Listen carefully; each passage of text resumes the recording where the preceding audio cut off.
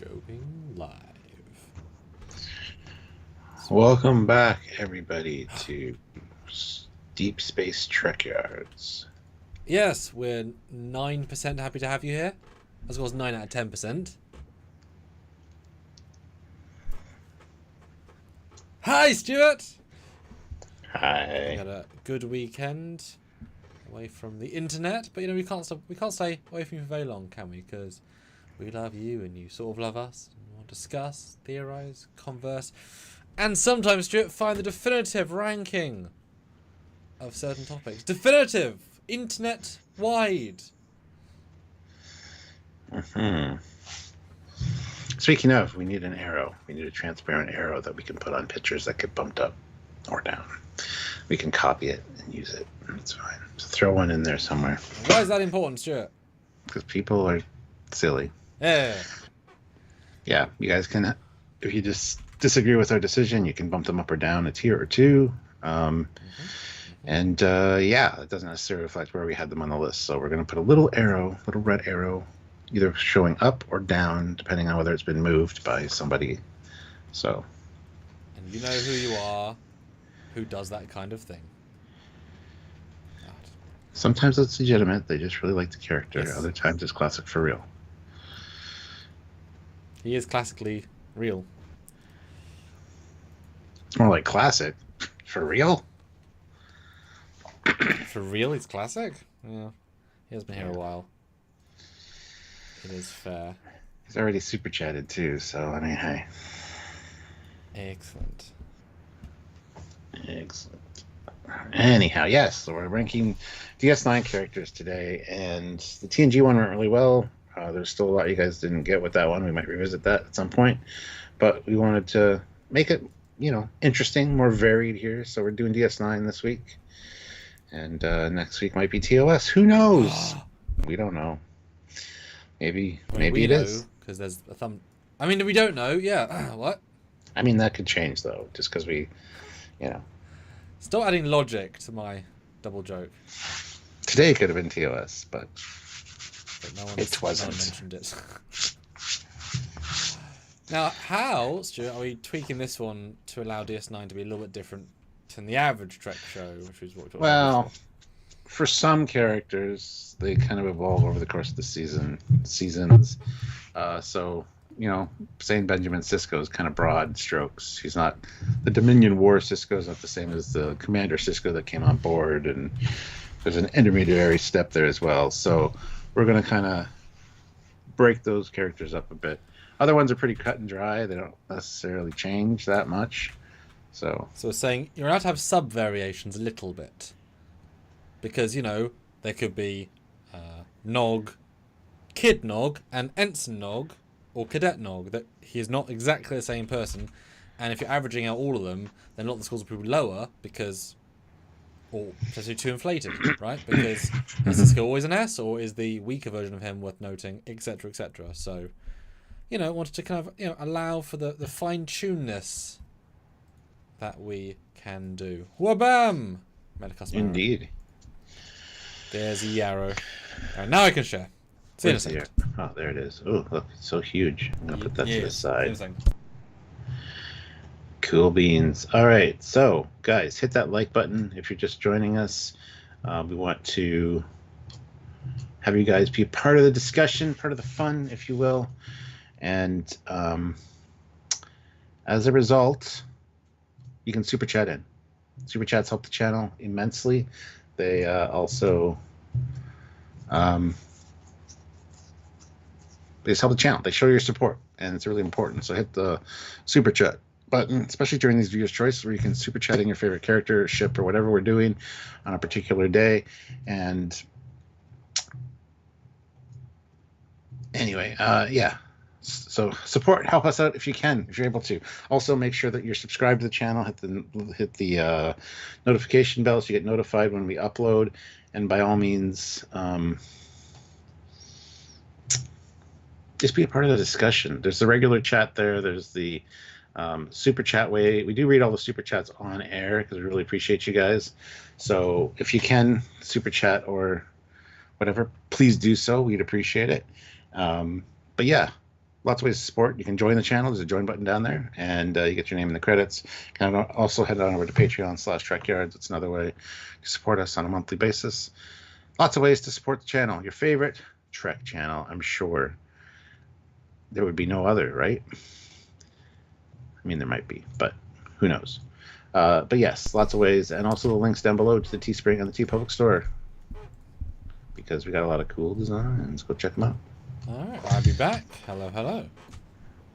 Oh my God, he's back. Yes. Hi.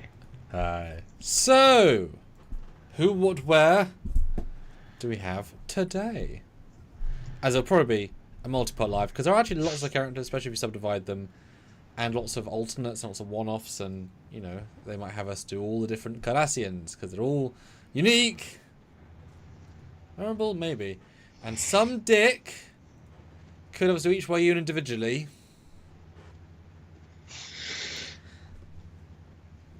Possibly. Sure. And DJ Odyssey's here. Good to see you, DJ. The poll is incomplete. Where's Enterprise? There's only 4 options that we could put on a poll for the record. Yes. So that's why it's not there. What was the poll? Oh, you read the poll. No point. I didn't read it already, but which Star Trek show has the best and deepest characters? TOS, TNG, DS9, or Voyager? It's not really a fair fight, though, is it? It's like saying, which sport has the tallest people? Basketball or tennis? Well, it's going to be one. Yeah. But if you ask which has the best sci-fi stories, DS9 would not be in the top 2, probably. Because it doesn't focus on that. It focuses on people stories. Schmobuddy says, how much per super chat? Well, for this one, there's a lot, so any amount will do, but we prefer $5 if you're able to, because round things out, help things out. And if there's less things to talk about specifically, then we do ask for $5 at least, because otherwise we get flooded and inundated with things we got to scramble behind the scenes to get. So yeah, and this is this supports the channel. This is a cool kind of view. Lets you go to low-des content, so go and enjoy. I had fun with our phaser rifle and micro Voyager. Some interesting comments on those, so go leave a comment, because yeah, some interesting perspectives I had in those comments. All right, who we got first? Well, one that's not on the board yet. You have to tell me who then, don't you? Miles O'Brien. Ah. Classic for real, $15. $5 to nominate Miles O'Brien, and $10 to remind Stewart and Sam that O'Brien is recognized literally by canon that he is the greatest and most important, indisputable canon S tier. No room for debate. All right. And as I said, we're going to do slightly different with timing, so we'll go early Miles. And they should do have separation on uniforms, so while he's not necessarily as different, it does help they have the Voyager and the First Contact. So you can like end of show, start of show, right? I was going to say Miles is pretty even across the board. I don't know if we need to break Miles up. Well, he just gets a bit darker. I mean, he's less focused on probably by the end, maybe. I don't know. He's definitely on the even keel. But if you want us to, so I'm just, start with the assumption of young and then see how it goes on. Does more fixing early season. A character they can, okay.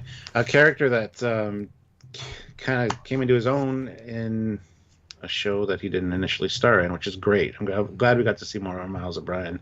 I love the sleeves rolled up, kind of down and dirty, in the weeds kind of character that he is. He's also Irish, which definitely helps. He's a lot like me. It's funny because him and Bashir are a lot like me and Sam, even looks wise. And Sam being taller, just like Bashir. It's funny. Anyway, no, I think Miles is great. I'm glad that they brought him on board Deep Space Nine from TNG. He was good in TNG, but he wasn't really a standout. And I'm glad that the character got some legacy. And yes, Lower Decks recognized him as the most important Starfleet officer in history. So not they say why, and I wouldn't know. Well, no, they wouldn't. And I wouldn't know how to say why. I don't know what would make him that important, which is fine. But you haven't seen what he's done yet. He's something that's going to be bring Cisco back, maybe. Well, it's the Cisco, yeah, the one and only. Yeah. So anyway, yeah. And O'Brien must suffer. That's the thing. He definitely goes through some stuff in Deep Space Nine, and married to Keiko. So family man, got 2 kids, got a best friend in Bashir who he doesn't like at first, which I think is awesome. I love that development of that relationship. And yeah, then goes on to teach at the academy at the end. So I mean, Mm-hmm. I think he really got fleshed out, and I enjoy his everyday man feel. He's not enlisted. He's He varies, a obviously. non-com officer, whatever they call him. But yeah, I think it's an interesting take on an engineer. He's kind of, like I said, an everyman. He goes home to his wife and kids. He works hard, but he's also super good in a pinch because he can think outside the box and does what needs to be done, especially with a rickety old station and trying to mix and match two different technologies together. I think he does a fantastic job. Great guy. Mm-hmm. Perfect. And how are you going to judge this? Because certainly there's a performance, there's depth, there's journey, there's, like he's no Garrick, but no one is a Garrick except Garrick, right? So how are you judging him? Because there's a quite a broad spectrum here to judge. I'm wondering how you for this. I just went through it all. I mean, he's like a family man. No. People in general, not him specifically. I don't know their impact on Okay. the show. Like, I think he definitely, like I said, you could put yourself in his position and relate to what's going on somewhat. And the fact that it doesn't, it kind of shows what family life would be in Starfleet.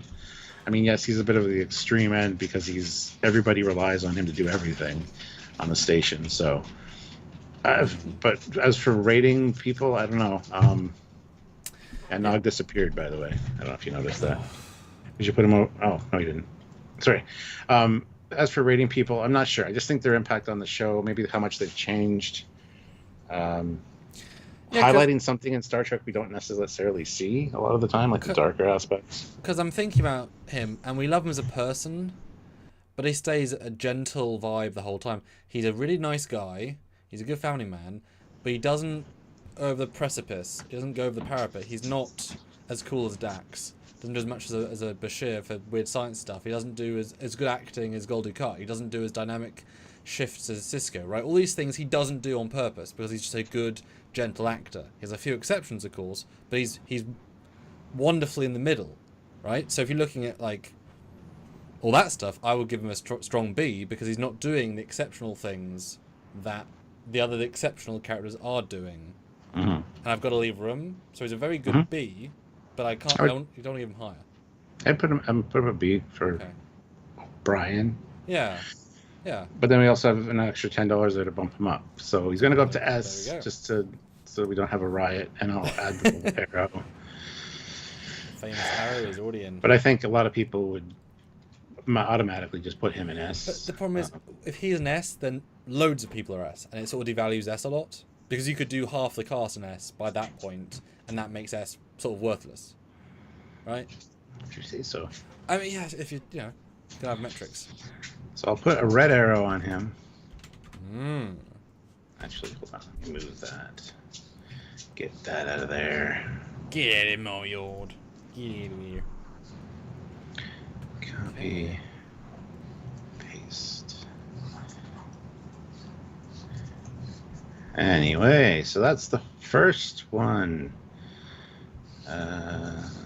Send it back. This is going to be a pain in the ass. Who's dude. Grilda? You got Grilda. Grilga. That's Worf's wife, or Quark's wife. Ah, yes. Hang on. There's a lot of names I don't know because they're only in one episode, but they're like, oh, that's a character of the whole. Ray Ricks is next with 5 pounds. Dukat. Yep, all about Dukat. Oh, absolutely. Mm-hmm. But again, early Dukat, because he definitely becomes different Dukat by the end. Because Jesus Christ, he's not the same guy, at least in the middle.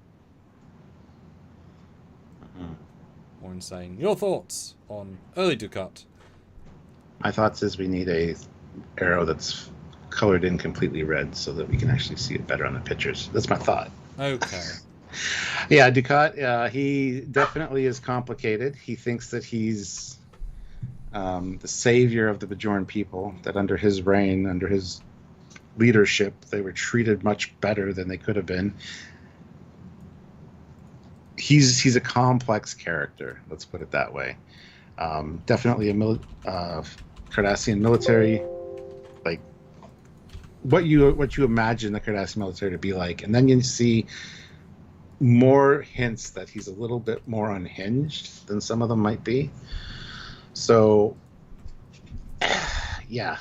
I mean, I don't know how to break it down into early Ducat and later, except when he's Angel or whatever the hell his name was. Oh, I mean, pretty easily, because in the first couple of it, he's just a good officer, then he goes crazy, then he goes wacko, then he goes war, then he goes... So early Ducat is super different, having just watched from DS9 with him. He's a very measured, they're trying to make him very sympathetic, very just grounded, like the Cardassian Cisco. And then he becomes a sex cult guy, so he's not at all, right? They change him radically. I mean, early Ducat is interesting, that brutality of Cardassian, but he has a family. Every time we see him, they introduce more about him that makes you think, damn, god damn it, 2 kids or 3 kids, misses a kid's birthday for this. He fights against the Cardassian order many times to help Cisco, where he thinks they're going too far. He seeks on DS9, walks around the station as if it's nothing, early, not afraid to get beaten up by everybody who probably want to beat him up, etc. He's like, yeah, it's my office. Yeah, very interesting. Great performance, great neck. To sit through that makeup is excellent. Very interesting character. Now, do you find him more interesting when he goes insane and then Dominion War battle-y and then whatever? Or do you find more earlier when he's more just Cardassian look at culture?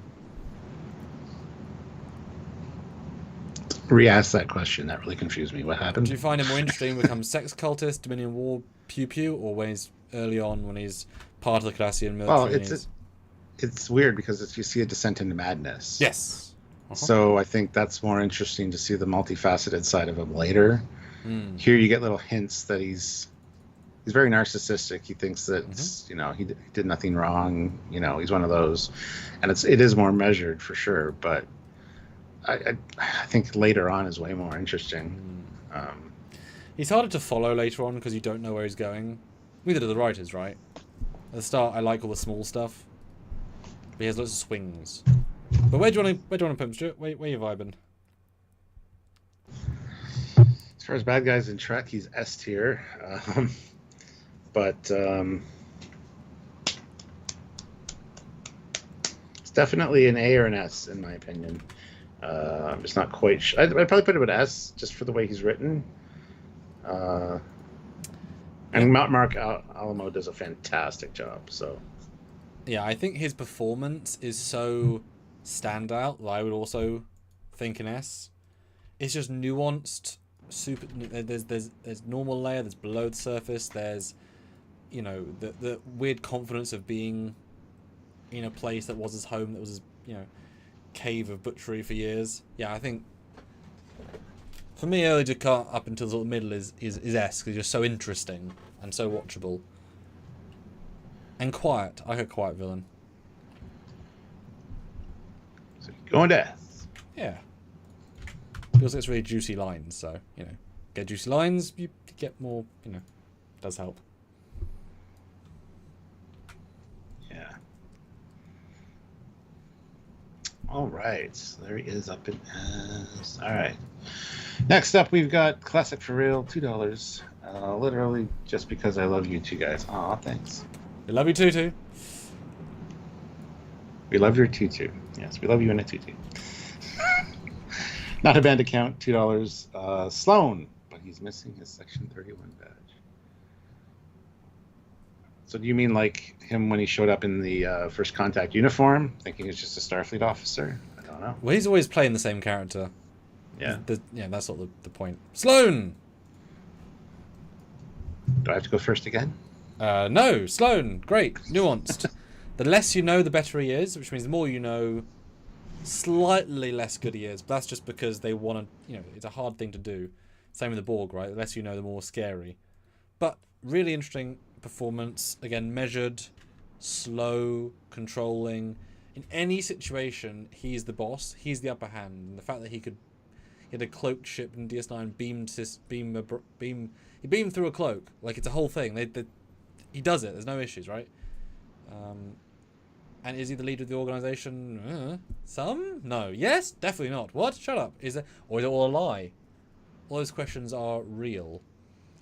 Yeah. I would have certainly appreciated more with him as an A-plot if they had a really strong idea of what Section 31 is. And possibly by giving us such vagity, Discovery was able to butcher it a little bit.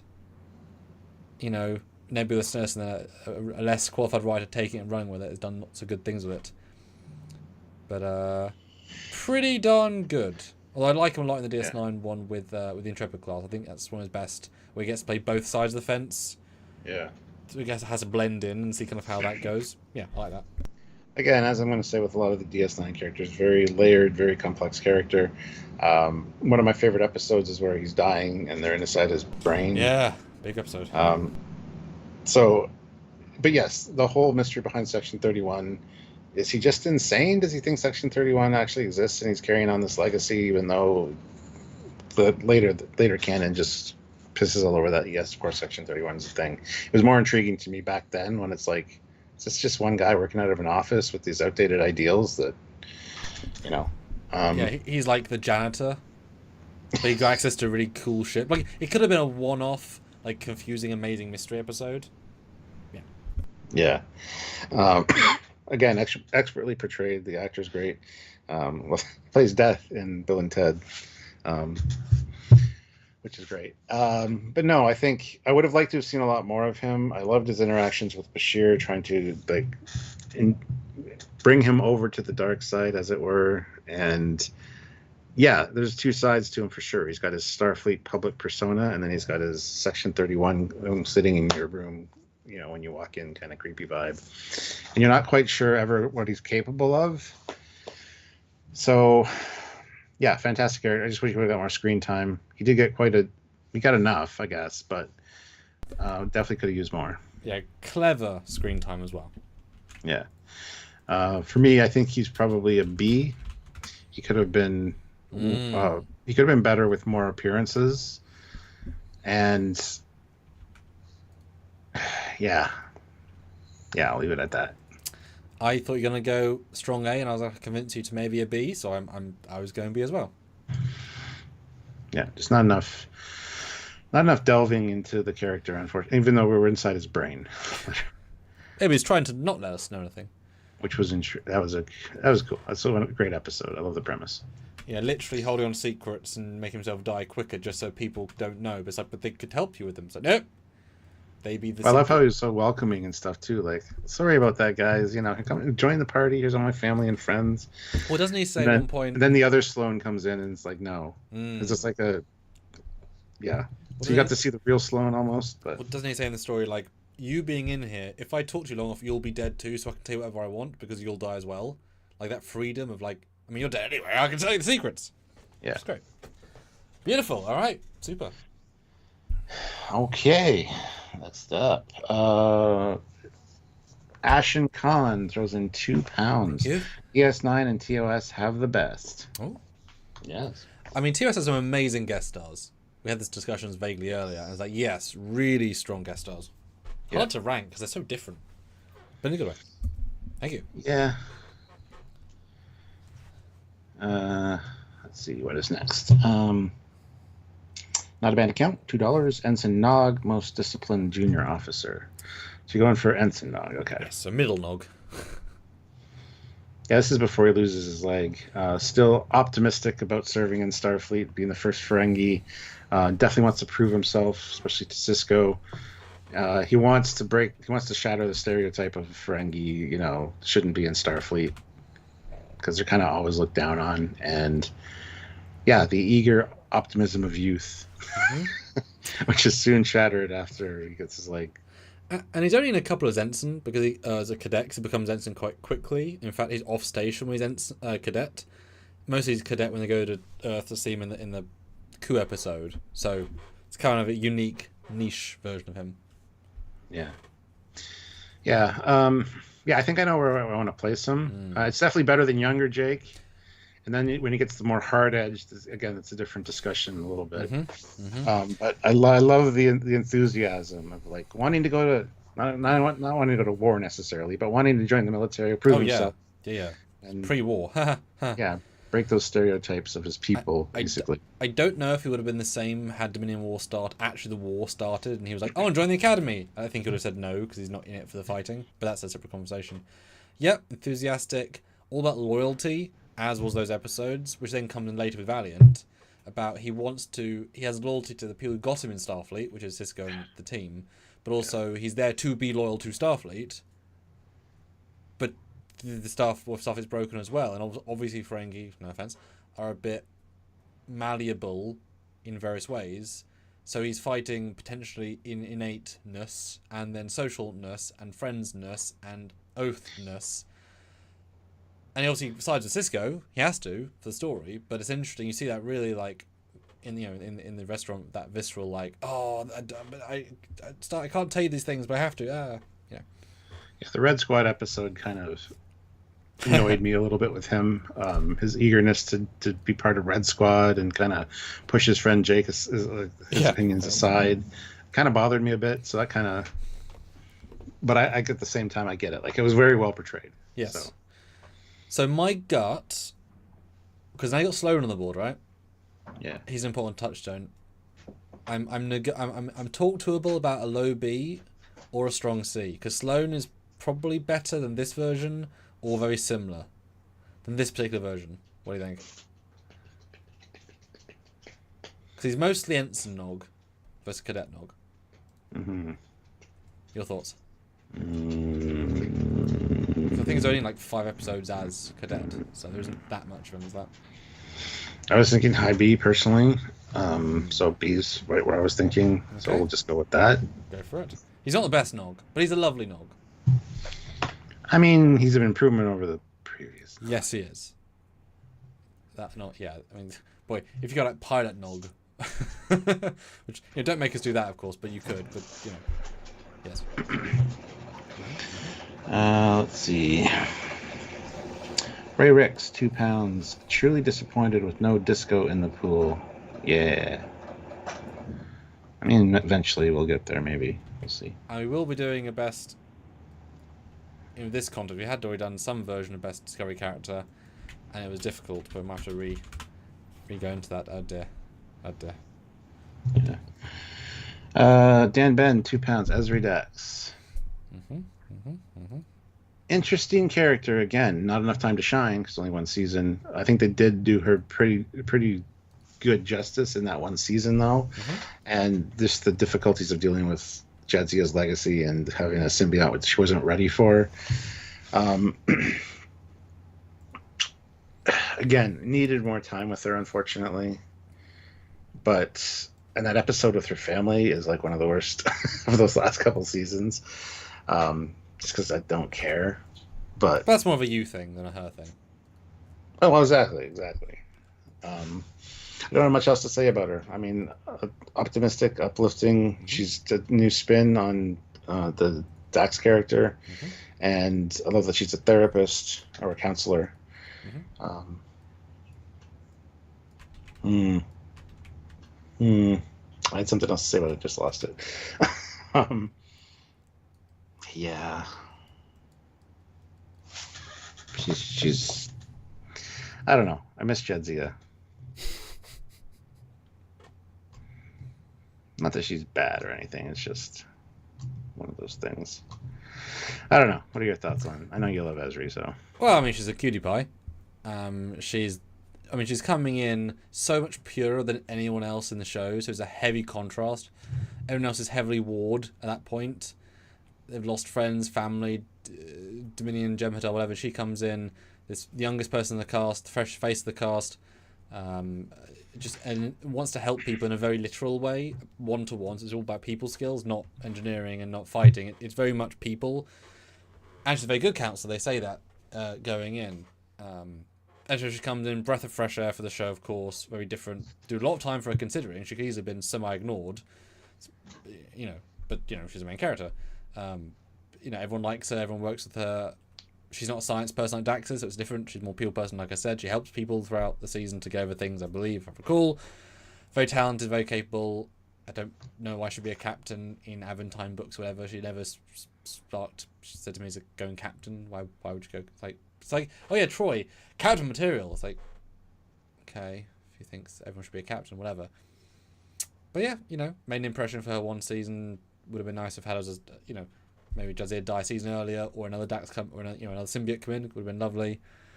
Had way more than Sloane and Cadet Nog, of course, episode wise. but she was in more of them than those two. I'll give her a low B. I think she's not given a ton, but she executes it very well, and she actually adds more than the scripts. Like, she has a certain oomph that gives more than the script, which is nice. Same with some other characters. Like, they give more than the lines are. You know. That's the thing I was going to say. I also liked her struggle with figuring out who she was and which memories she was remembering, and that whole, like, she did that amazing. So as an actress, I was going to say, it's an interesting insight into the Trill if you're not properly trained and ready for a symbiote. So, and as an actress, you know, boy, replacing a fan favorite and having to do it with gusto, and suddenly being best friends with, you know, Cisco, you know, in a sense, like, really hard thing. And she did really well considering, and you know, she did really well as an actress doing that. All right. Not a band account, $2. Kira Maru, who saw and loved the real Ducat. Yes, it's the random Bajoran lady. Well, it's Kira's mom. Oh, is it? I don't remember. Yeah. Okay. Yeah. Okay.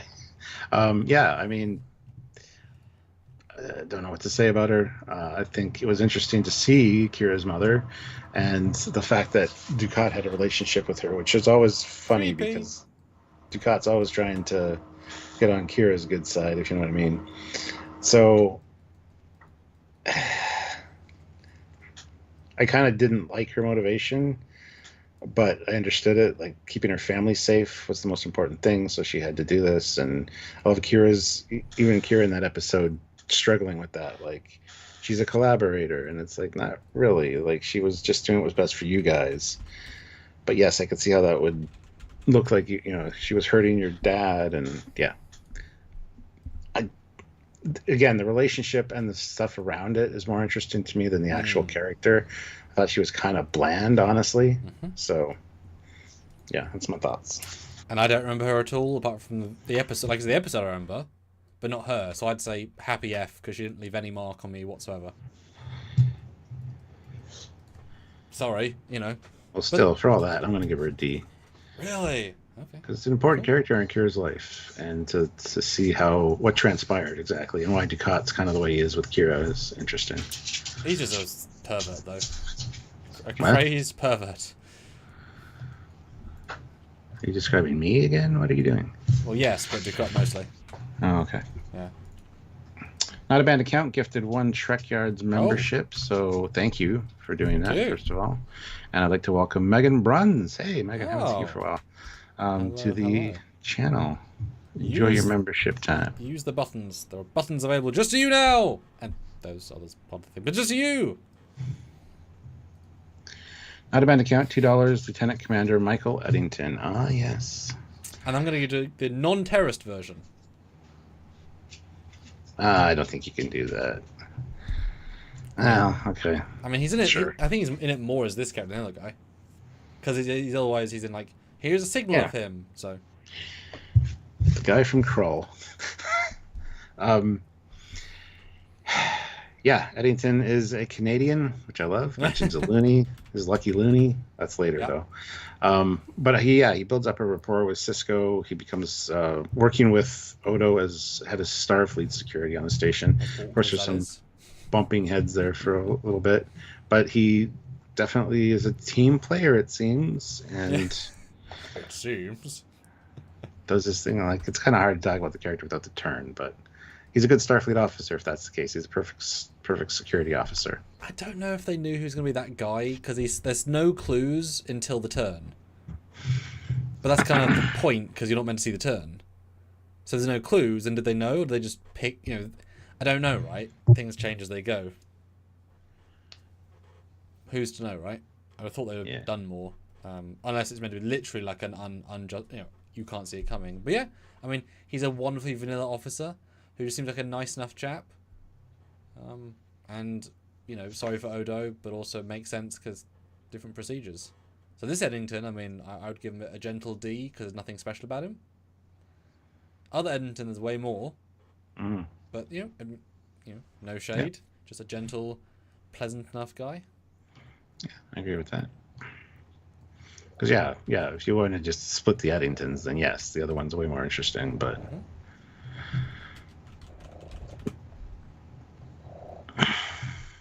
all right, so D it is for Eddington. All right, guys, hit that like button if you haven't already. There's 42 of you here and 35 likes. Also, go vote on the poll. You have 61 votes right now, and we'd like some more. So please go do that. Yes. All right, Dan, Ben, Lita. Started out as just a Dabo girl, and then kind of a ditzy, dumb Dabo girl at first. I don't know if there's enough early her to review because it's just as it sounds, pretty dumb. She was not meant to be a character, as in she was just there. So, whole thing, that's fine. I mean, I like her for obvious reasons. She's good, pleasant on the eyes. Let's put it that way. And yeah, I'm glad she got a bigger role. It's definitely interesting, her building a relationship with Rom. So much so that they got married. I mean, and she kind of shows her intelligence a little bit near the end, where she's kind of helping him out with certain things. But yeah, she comes off as a real ditz, and I think that's part of her facade as a Dabo girl. So not much layering going on there necessarily, and the character doesn't develop quite that much, honestly. But definitely good to have around, and I think Chase Masterson did a fantastic job. So, boom. Well, she's sort of the prime example of accidental show synergy with cast. She was one of the extra people, and she earned herself a prime secondary character slot who got married to one of the other primary secondaries. Yeah. Through her performance, through working, I'm sure, like, being nice to producers, like, just the way she was, that's how organic the show was on DS9. Whereas Voyager is super constructed, these are people we had, we can't go beyond that. She built that upon herself.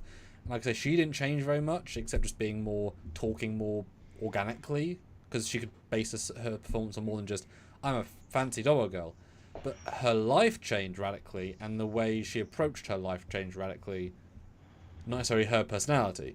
She's actually one of those pure, like, she's the same person. She just is a person by the end, right? One of the few, like, accidental... It's like Damar, right? He's just some guy, and then he became this giant thing, because he was just some guy, but he earned it from whatever. Personally, I would say very high C, low D. I was thinking C. Mid-tier C. Very C, low B, yeah. Because she's one of those actresses that, again, raises the material. She does well, she makes her stuff better. She doesn't have too much variety, but she makes it better by her performance. You can see why they kept her around and developed her, or at least her story. Yes. I can see reasons why they kept her around, for sure. But as far as screen time goes, she got a lot more than early Eddington. Oh, yeah. So... You're not even close. She got loads of screen time. Yeah. There will be a few Fs in here for me that just, like you with Kira's mom didn't leave an impact, but yeah, I think this is looking good so far. I'm happy with this. Schmo Buddy, $5. Quark, devious, sentimental, more or less fair, adaptable, likable, hilarious. And I don't think Quark really changed that much over the course of the seasons. Honestly, he's still the same guy deep down. You see his more... He's not as guarded, I think, and he's kind of showing what he's really like as he gets closer to the Federation, relationship-wise. Yeah, he's... I know exactly where I want to place Quark. He's a very layered, complex character. Yeah, he doesn't change so much as he softens. Yeah. Same guy, but he changes his playbook. He would absolutely sell weapons in Season 1 if he could get the money. By Season 7, he would absolutely sell weapons, but he wouldn't feel so good about it. Exactly, yes. But there'd be a very notable difference in how he'd approach it. And he's more likely to go to run to the law in Season 7. He's more likely to all the things that you'd want a good business person to do, he'd do by Season 7.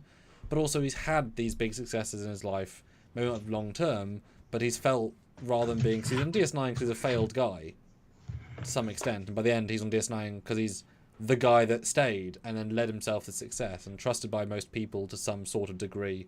It's very interesting to have a non-trustworthy guy be trustworthy, but he kind of is. And he's nice to his family. And I think unions...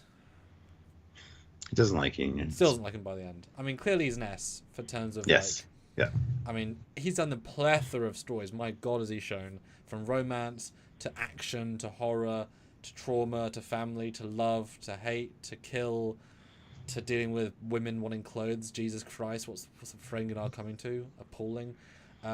Just being some flirty with, and he always elevates material.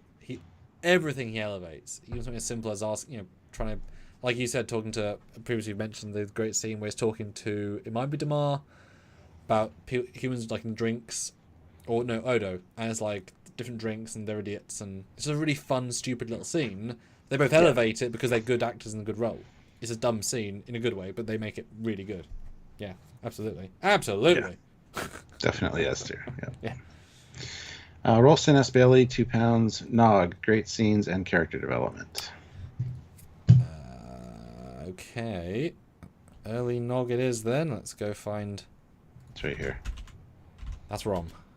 Oh, sorry. Let's have a look.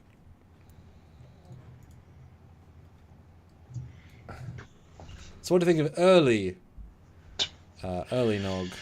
Proto Nog? Well, he's a typical Ferengi. The reason that people kind of have a biased against the Ferengi because he's conniving, he's scheming, he just wants to get by. He's basically just a bratty little kid. Yeah, that's a good way of saying it. Bratty little kid, yeah. Tries to influence Jake, has no respect for women. He hasn't grown into his I want to be a better person stage yet. So, yeah, this is the least likable of the Nogs. So, yeah. Although you kind of summarize it really well, actually. Like he's how do you play a stereotype but well? Like he's in, Yeah. like you know what I mean. It's an interesting performance. We all like him, even though, like, because you get it. He's let's say he's 14, right? Whatever. I get it. He's not that smart, but he's not dumb. He's that interesting hybrid of he's just opportunity, right? A big part of Ferengi is opportunity. He doesn't apply himself. He's also getting badgered by his uncle and his dad all the time. Yes. You know, his dad wants him to be better and do his schoolwork, and Quark wants him to work and be more Ferengi-like. So it's kind of a pull, right? He's fun to watch. The good escapades are good, but he's also a lot of that's right. But the performance again raises it. And I wonder how much they intended to bring this character in on the Federation side, because it's a bold choice to make. And going this hard into Ferengi in our culture to then be that is interesting. Yeah. I would go D because he certainly is an F, because there are definitely Fs in this list that are nobodies, and he's not a nobody. You know, and if Kira's mum, who's in one episode, gets that, I mean, this kid should certainly get a D. I think he should get at least a C. Okay.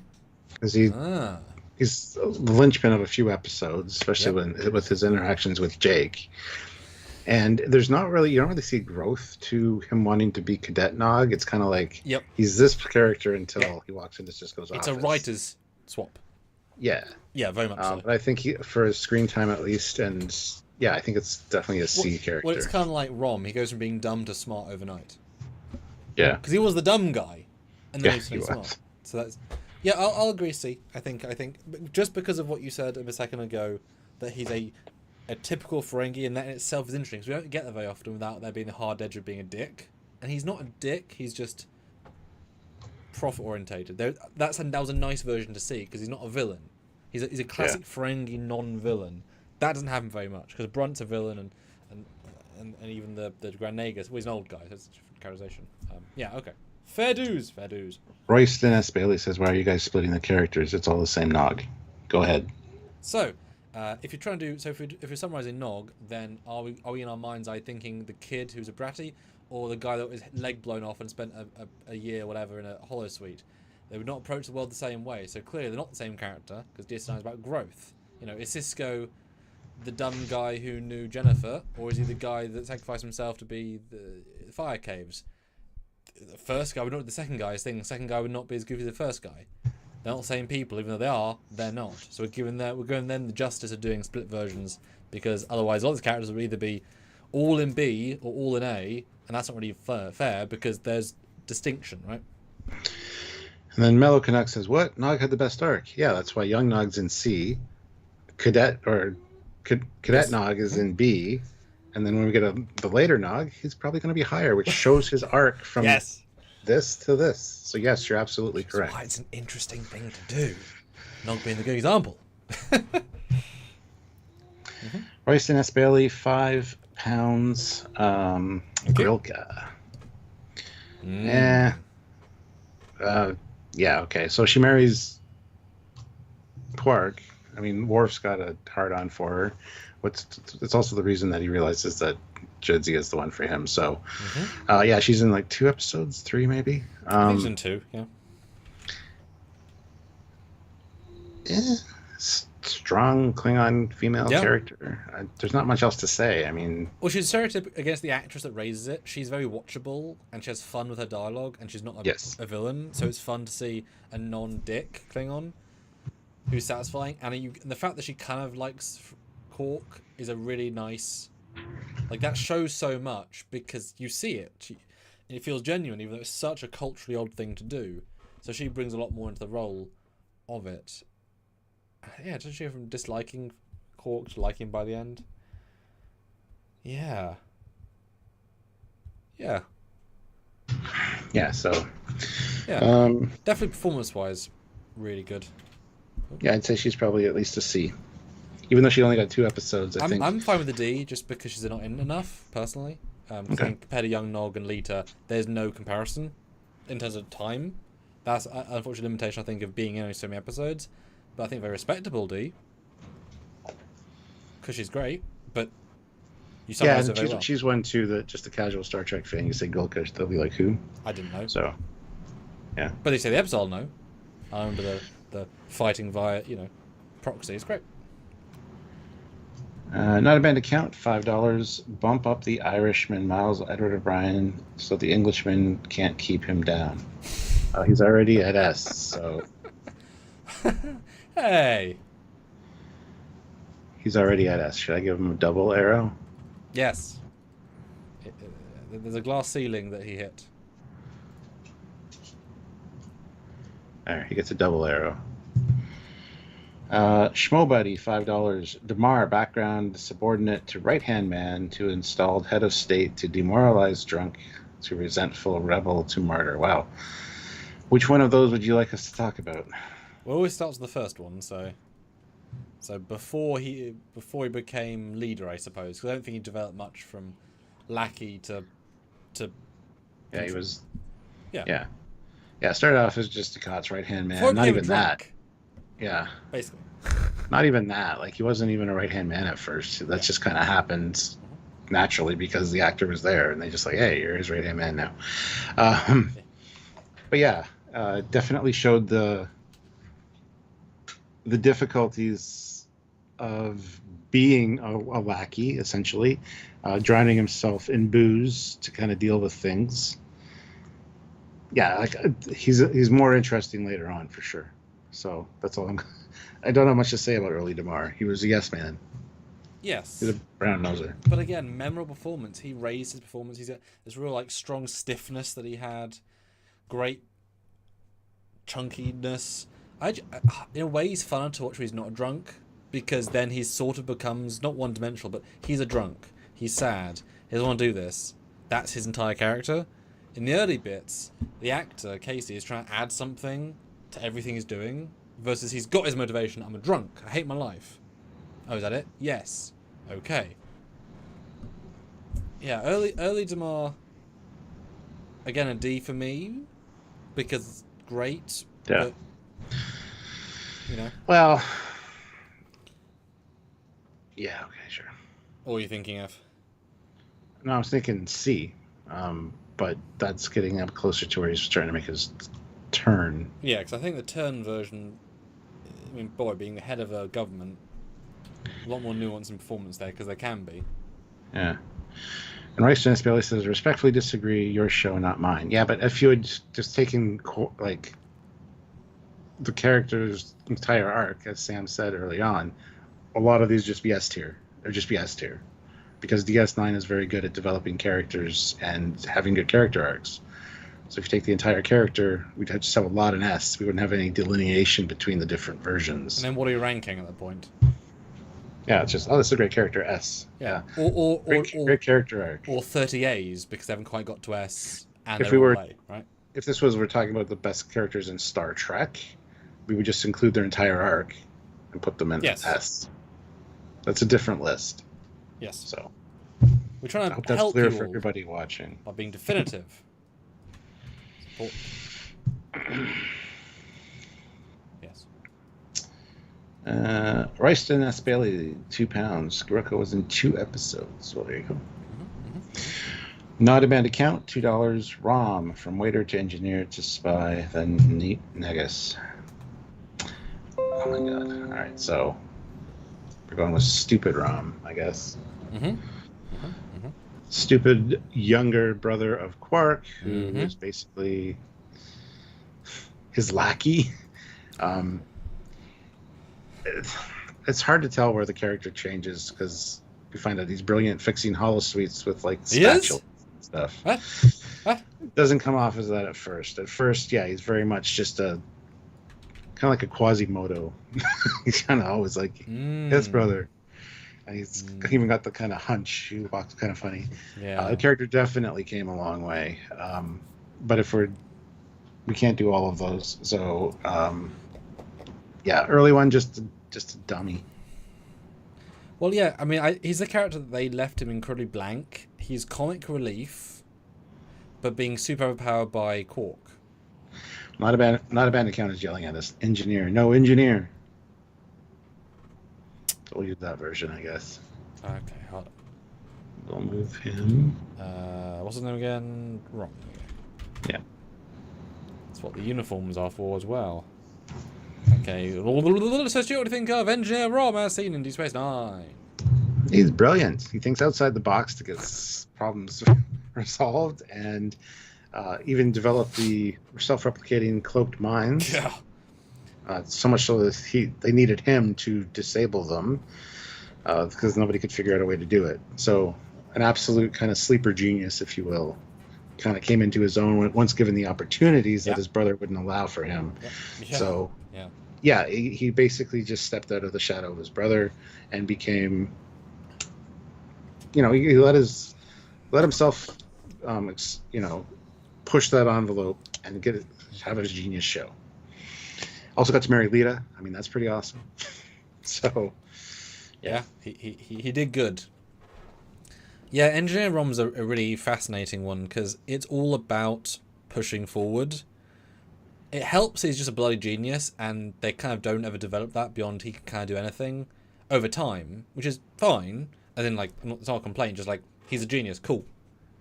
But it involves so many interesting little plots and interesting ideas, and to have someone who sounds so ditzy be so clever is always fun. He's I think we should. A really fun character voice. It kind of makes the scenes more interesting by itself. Lita's awesome. They have a great vibe, great chemistry. It's not normal chemistry, which is nice. It's not like I said, Beauty and the Beast. But it's fun in that way. But it's relatable, and I buy it. Good with his kid. Nice, really supports him. I like when he overrides Quark, he does occasionally. Sisko really trusts him, as does O'Brien. Really good team leader. Doesn't grow past the point where he becomes this guy, really. No. But that's okay. Even when he gets handed Negus, we don't really see him as Negus except for in Lower Decks. And if he did Lower Decks, he'd be the Webber did Lower Decks. I don't know if he gets A, though, because now that I've said all that, he doesn't develop past this, and those people do. So can we go high B? High B is fine. I was thinking A, but Okay. Yeah, I think there's a line between him and the S's, and as in where the A's live. Yeah. Not a band account. Also put a $2 one for Engineer ROM. She says, "Fine, do both." All right, Stupid ROM. Go back to them. Under the boot heel of his brother, working at a bar, not being able to show what he can do. Yes, he actually could do things because Quark was always asking him to fix the replicators and stuff. He We also never got a broke sense them, that he was though. like a genius per He also se. broke them, though. He confuse both. It's weird. Yeah. There you go. I've already said my bit about it. So, and I said Quasimodo, not Beauty and the Beast. There's a difference. Well, yeah. But then when you say that, it's like, yes, with Alita. Yeah, he's like I said, he's a comic relief, but he doesn't service much in the plot at the start. But a lot of the characters don't. They're just sort of there because that's this, which is fine. Like, it gives that dynamic. You know, you're setting up things in the future. You have a Ferengi family. Cool. Do something with it. Right? Okay, well, the question is he less interesting than Nog, young Nog at sea? Because he gets less time. Yes. Okay, I would agree. Yeah, You see him as kind of an abusive father. He's always kind of like threatening to hit Nog, and so I'd say D. Yeah, okay. If early Damar's D, I was about to say he's very Damar level. As in, if you break down, in those early ones. But like I said, the swap is quite instant, and oh wow, now he's suddenly interesting. Yeah. Ray Ricks, 5 pounds. Brunt, FCA. That's just a conniving, typical Ferengi, honestly. Played brilliantly by Jeffrey Combs, but has a real problem with Quark, and it shows. Personal, But then when the tides shift and Quark becomes Negus, he's a sniveling, groveling, typical Ferengi, doing what he can to latch onto power in whatever way he can. And if that's being, basically being a yes man for the guy that you hate, he'll do it. He's a typical Ferengi. And we do get to see him quite a few times. He doesn't really change, per se. He's still got that lust for power. He still wants to become the Negus. He wants to have all the riches. So, yeah, typical Ferengis. Well, he's like the immovable force meets the whatever object. Like, he is a not changing foil. Because he's so consistent, it's the situation around him which changes. If like I said, if it's profit that he can achieve, he's your friend. If not, he's your foe. So he's always the same. It's how the situation is clever around him to allow him to do it. Straight out the gate, I'm either B or an A, because performance-wise, he's excellent. He's very pure, has a lot to it, a fun ride, and he's always one of the heroes of his tale, because he's brought in because he's the guest star, so he gets a lot to do every time. So yeah, I'm either a strong B or a very low A, because he's so memorable and interesting and well acted. What are you thinking? I think I agree with Mr. Captain 93. We should put him in FC and A.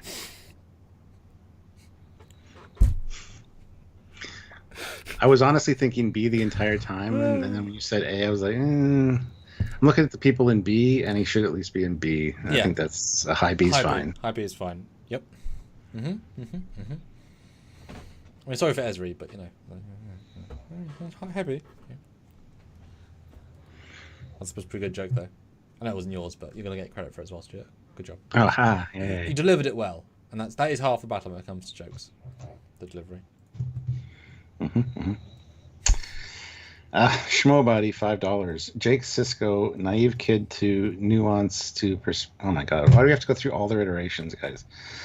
Writer to Klingon war survivor through luck to voluntarily staying behind enemy lines to spy. All right, so which version are we looking at? I don't even know. Always starts with the first. So what do you think of early Jake Sisko when he's just sort of kid? And we don't have I know. one. Oh, okay.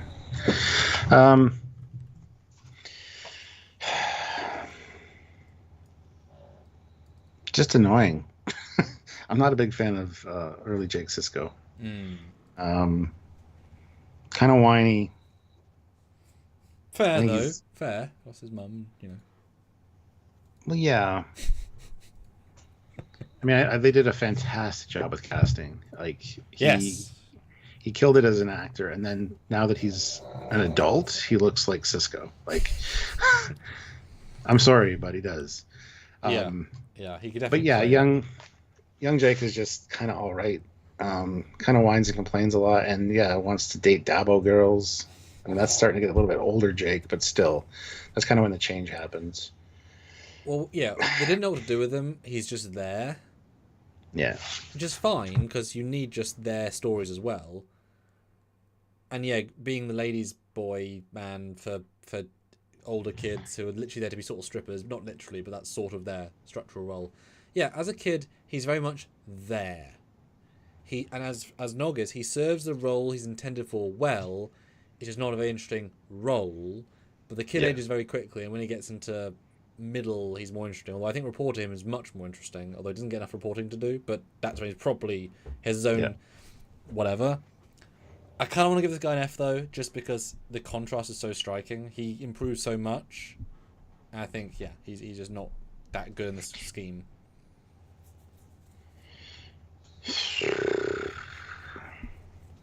Why does young Nog get a C then? Because you put him as a C, higher than D. I think I had him lower and you remember higher.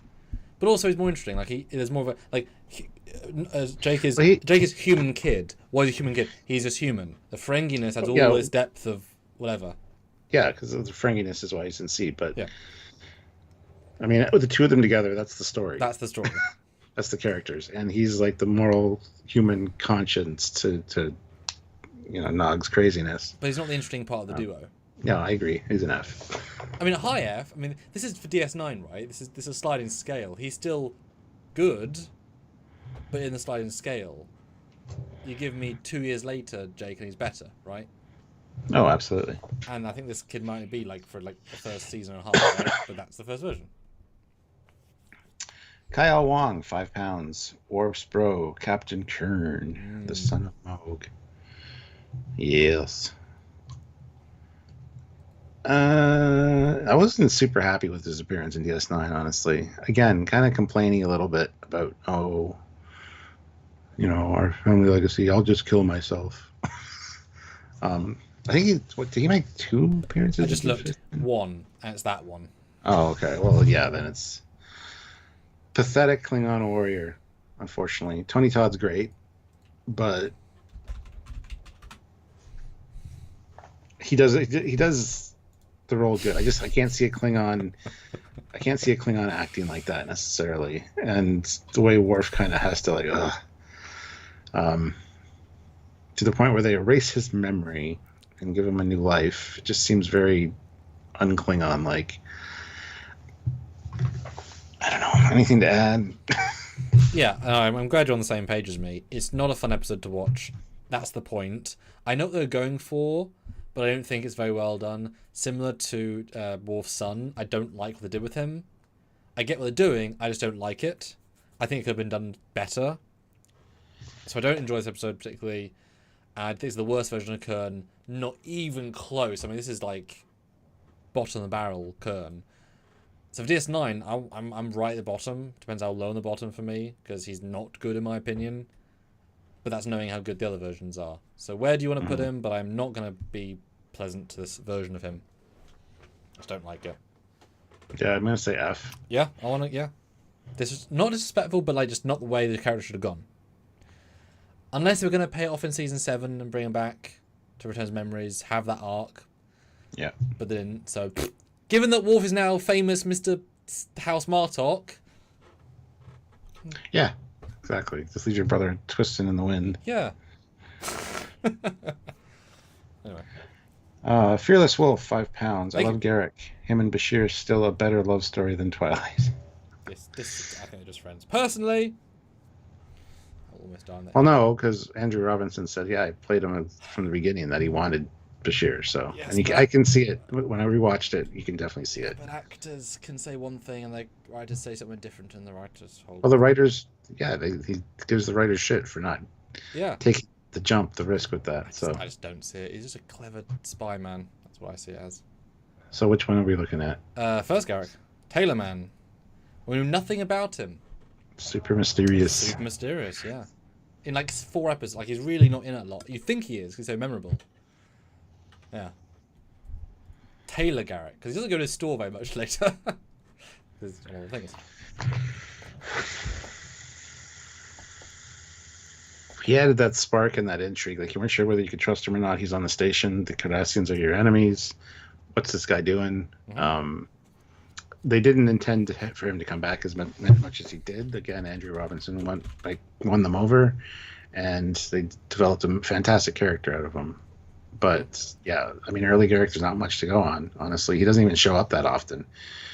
So I don't know. I don't know if it's fair to split Garrick specifically. Well, so the difference... There's no real turning point. He's always just Garrick. Well, the thing is, at the start, when you don't know who he is, he's more interesting because he could be anything. When you know he's just an Obsidian Order ex-officer, you understand him. Therefore, it's like, oh, can you go call your friends? Yes, I can. Everything he says in these like first 10 episodes is interesting, and then he's just Garrick in a good way. But he's spy Garrick who happens to be a tailor, right? At least the mysterious, they're not mysterious. So I find like as soon as I get it, as soon as he got the chip in his head, I found him less interesting. Because it explains why he's weird, but okay, he was just high the whole time, kind of. It's like, okay, and now he's grumpy all the time. It's like, okay, yeah, you know, yeah. This is fun. It's one of the few mystery boxes that J.J. Abrams likes. They didn't know what they were doing with him, and it comes across because it's just whatever. I mean, do you prefer knowing who he is or not knowing who he is, Garrick? If you had to pick. Well, knowing who he is. Okay. Yeah. Yeah, I just don't want to put him low on the list because he doesn't deserve it. Yeah, no, I'd say straight B. I think he's very similar to Brunt because he owns the performance. He's super interesting, and future Garrick has even more to go with. And that's what, you know. If you're that strung out the gate, you wonder why they kept bringing him back. You know. Just saying it now. Somebody's going to jump in and go, "Why is Garrick at B?" But anyway, that's fine. You justify it. All right. Schmobody, $5. Core, generational hero to the last survivor of classic Klingons, to seeker of treasure, to washed up drunk, to valiant last stand, worthy of song. You forgot the Harmaster. Yes, I think this performance was amazing. Every time he showed up. From his disgraceful, yes, I'm drunk, I'm into Harmaster, respect me, oh, look at the ladies, he's a typical old man that's lost his glory and is trying to reclaim it. And yes, I love that his stories get more elaborate every time he tells them. I love his connection with Jadzia. There's a lot there that is really, really good, and I think he's easily an A.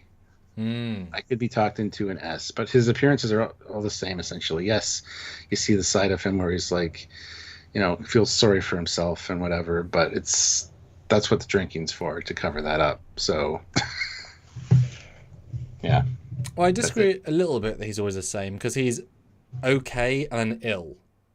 When he's crazy losing his brain, he is not the same performance, and the respect level goes down. He's played as the fool. In the first, he's the fool who was excellent and could still beat you in a fight. Later, he definitely couldn't, and he almost gets his crew killed. He's meant to be looked down upon until he sacrificed himself. That's that specific story, that episode, yeah. Well, that's what I mean. Like, he isn't the same the whole time. That's why his end is so ridiculous, and you feel the contrast so much. And it's in a good way, it's such a weird one to bring back for the Sword of Kalas. Like, he owned it so well. It's like, we don't need to bring that guy back. Let's do it! Yeah, and any Klingon actor could play this role, and he could play it this well. There's something sparky in his performance. It's just crazy, but in a non-crazy way. Yeah, I'm absolutely happy to give this guy an A, as you said, because he's a nuanced, interesting, weird, clever, deep, sad, really sad performance that has a hell of an arc. Yeah, and him being the TOS actor playing the same character is something most TV shows will never and have never been able to do. Bring the original guy back in a way that makes sense while being totally different and modern. It's a beautiful thing that Trek could do at the time. Amazing. Perfect. Ray Rex, £5. Martok, not Changeling Martok. Yes, so it's when we first saw him. No, it's after. No, it's one eye guy. Yes. Yeah. Okay, the epitome of like a typical Klingon, I think. Gruff. Yeah. Definitely commands respect. I love we see moments of self-doubt with him and stuff, but yeah, I think very well performed as well. The actor's fantastic. And I don't know.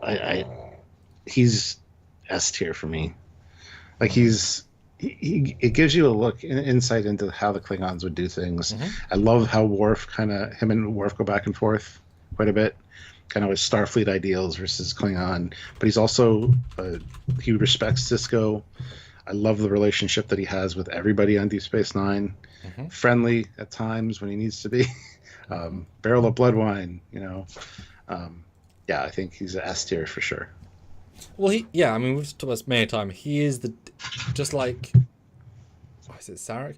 There's like a default version of a Ferengi, a Klingon, and a Vulcan, and he's the default Klingon because he is a successful, full-blooded Klingon, as it were, had the entire culture, who came from nowhere, built up success because of skill and honor, is very honorable to a fault, will do the occasionally dodgy things, but for the right reasons, and yet has all the fun bearing of a Klingon. Or somewhere to stab you if he needs to. So he's the ultimate Klingon in terms of like classic portrayal.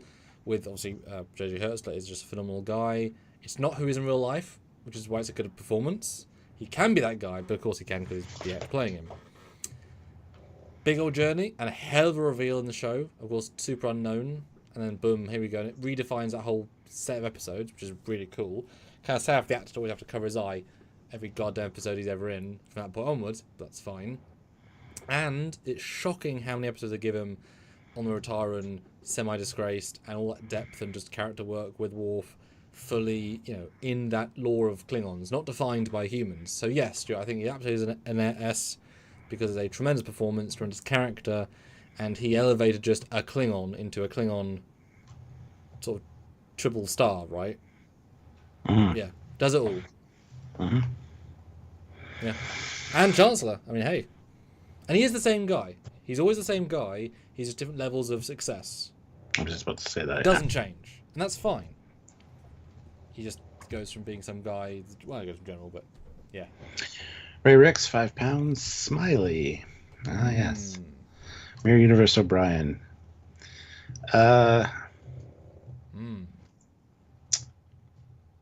Tinkerer of Things.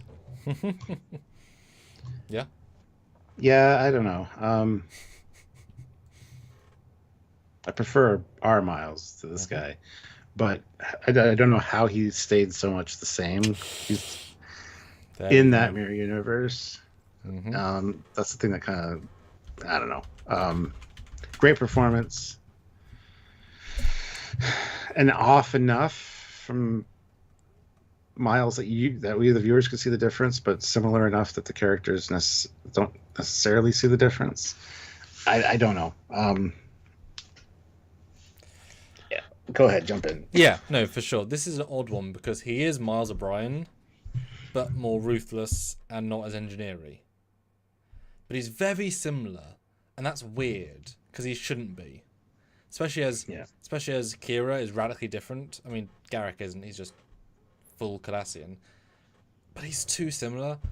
Now it's nice. He's a nice guy in a bad world, but it could have been more interesting. So I think missed opportunity for sure. I mean, fun seeing him, but also he waltzes in, does stealing and all these things, and also he can't build a Defiant in like 2 weeks. Sorry. What do you think? Because neither of us are impressed, and yes, doesn't make a lot of sense. What do you think? C. Low C? Yeah. Yeah. And that's probably being a little bit generous, but there's nothing wrong, right? You could put him in D if you wanted. Yeah, he makes a few appearances, so I mean, he's got the leg up on some of them, but... Yeah, but then Rom is more... High D. I think Lita and Nog... Yeah, I think... Yeah. Yeah, I think Heidi is probably a better spot for him. Yeah. Weird. Hey, dear. Howdy. All right. Not a band account. $2. Wayun 4. I don't have a Wayun. Which Wayun was Wayun 4? We do have a Wayun. I do have pictures for each Wayun, but I am having PC problems, but I'm not going to go away, so we must just deal with them. Which one's Wayun 4? It's the Wayun. Is that the one that is a little off and is Nope. like the nice guy? Nope, that's Wayun 6. Okay. Wayun 4 was the Vorta. It's the first one we meet. Basically. With the Iconium And I think Gateway. he's only technically in one episode because He'd be dying.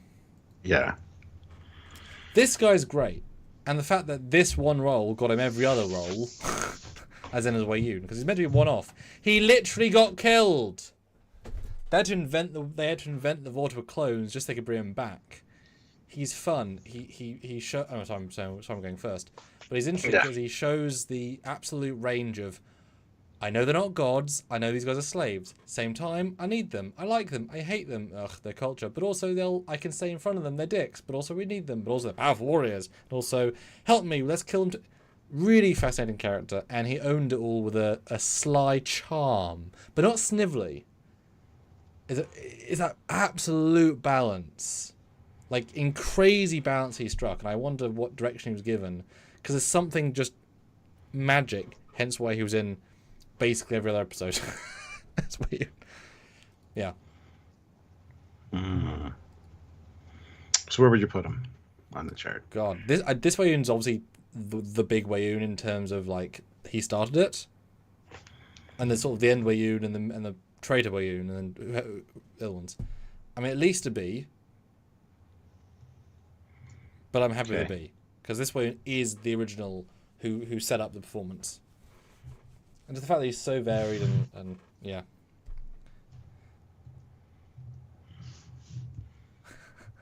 You put a 4 on him. Fair. I think this guy's good. And that's a really good episode. Now, I know it quite well because that was the one that's the one I absolutely went through with a fine-tooth comb, all the Defiant set interior pieces. Because that was the big one that showed the set to an nth degree. And so I was like, haha! And it was so funny. Once you worked out all the set plans, you could see when they were on the same corridor, just turn 90 degrees. Right, walk this way. Walk this way. And it's so... You can see exactly the limited space of it. And it's amazing they could achieve that. Yeah. Yeah. That means great. And yes, Area 51 for Wayun 4.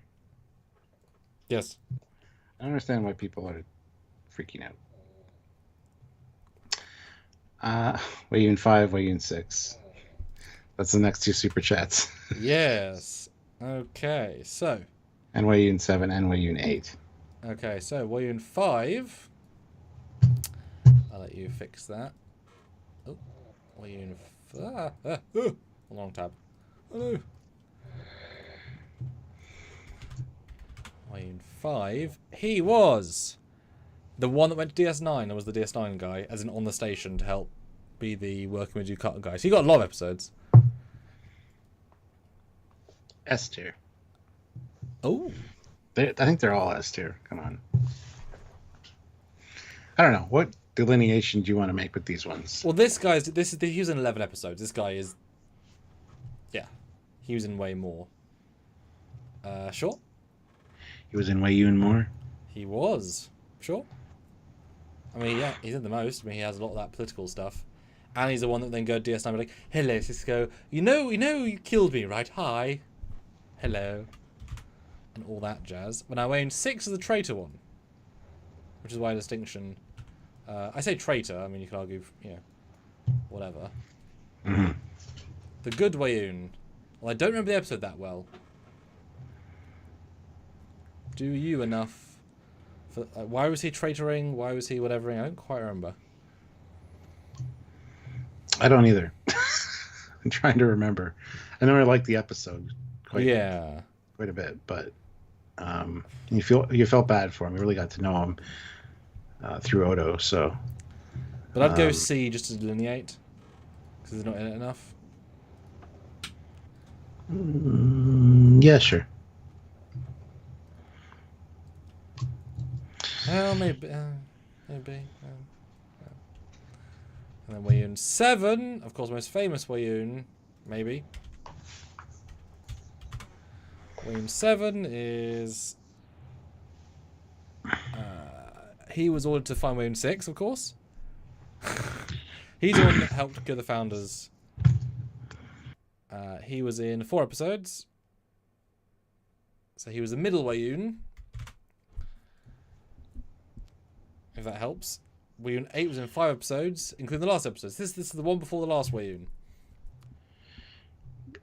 S. Okay. Well, he's only in 5 though compared to the 9 of the other ones. So I think A. Because they're only in 5. Okay. And the last one? Last but never least, Wayun 9. No, Wayun 8 was the last one you put in. The last but never least, Wayun 8. He's the one that got killed by the founder at the end. Or was shot by Kira at the end. He was sort of there. This guy did not have much purpose. He was just there to help serve the other guys. So I think it'd be because he didn't have as much purpose. He was there to be lackey. Perfect. Trust your instincts on that one. Kyle Wong, $5. Rebel Dumar. Rebel Dumar. When he got to spread his wings and shoot Klingons, and that's kind of all he did. And he's S tier.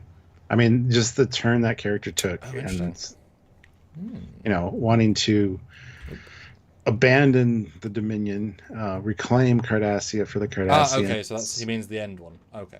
Yes. Okay. Yeah, it's an S. Fantastic turn for the character. Got out of his drunken stupor to realize what the hell's going on, and became a martyr as a result of it. Tried to rally the Cardassian people. Oh, yes, he did. Oh.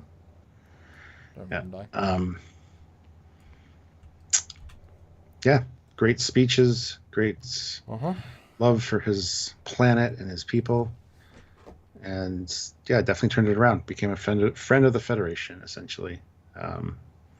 Now some could argue it's a last-ditch attempt to save his any kind of control that he might have had, but I still think that with the way it was done, it was a legitimate change in the character, realizing that the way things were going and the way the Cardassians were wasn't the way to be doing things. Well, did he really ever have control if the founders were talking over him the entire time? You know? No, he never did. Yeah. But he was fighting to reclaim that and to get Cardassia back for the Cardassians. Yeah, whatever you think is fair. Yeah, I'll give him an S for sure.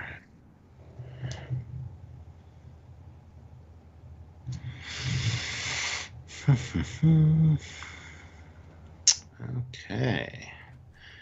Guys, hit that like button if you haven't. We have 50 likes, which is a great number. Let's see how high we can get, though. And 93 votes. If we get another 7 votes in the poll, that would be amazing. That would help us out. So consider voting in the poll if you haven't already. And if you have, thank you. All right. Next up, Matthew DeFreitas, $5. Thomas Riker. Came in. Oh, go ahead. Should have been in more than one. Just yeah. A big thought. Yeah, came in, charmed Kira, wanted to take a look around the Defiant, ran into O'Brien, and it's like, I don't want to talk to you. You know why? And as a viewer, I was like, what the fuck happened? And even O'Brien was like, what is he talking about? I love that because he didn't want O'Brien asking too many questions and give away who he actually was. So he shut it down immediately. Yes, should have been in more. Was really great in that episode though, and stealing the Defiant. That's a baller move, man. I just hate that he went to the Maquis because that's just stupid. But I can understand his reasoning. He's jaded against the Federation and the other Riker for obvious reasons. So well, not just that. And I never thought this until you just said that. But he was left behind by Starfleet, literally. Yeah. And also. And then when he got back, he was still left behind. And then he was left behind, yep. So therefore, he will always feel then for those who've been left behind by anybody, by the system. Yes. And therefore, and anyone's worse off than him, who there are many, he could help.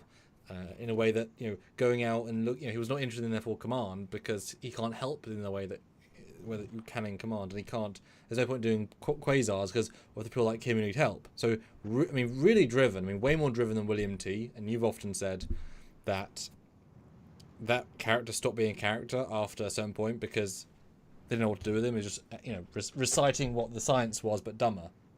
It's fun to see, but it wasn't very much for the actor to do. This is one of his best performances because it's layered. It's still Riker, but it's not anymore. And it's not the guy who shell shocked from the TNG because they don't perform the same. He has to be the other guy, but also not. And it looks great with the goatee. And he's a lot of screen time. He's in that episode a lot. I want to go straight A, if not higher, because I think for one performance, A for sure. Yeah, absolutely excellent. But he's gonna be. He's Jonathan Frakes. This is a very comfortable role, but then twisting it so hard. Yeah, really strong A. And they needed to bring him back. He was obviously to come back. My goodness, let go by the Cardassians or a martyr by them or use a spy or, something. It's shocking they didn't bring him back. Yeah, absolutely. They have a uniform for him. He's a nemesis. And for insurrection, they have his uniform. We're ready to go. Dan Ben, 2 pounds. Chalora Regal, Tracy Scoggins, DS or season 3 Destiny. Yes, the female Cardassian. Yes, she was really great. Really great, yeah.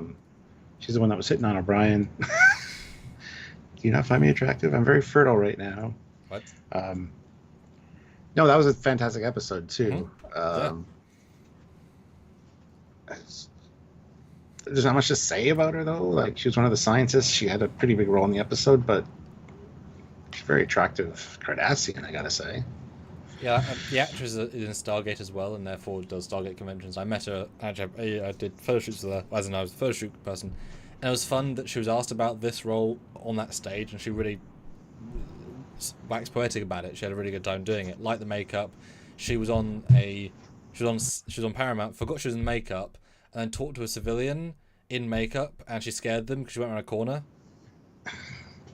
Because she was so into it, she just got really comfortable with it. So she had a really memorable performance. One of the very few alien makeup she's ever done. She really enjoyed it. Yeah, great performance, really elevated it. She really diversified what Cardassians are. That's always good.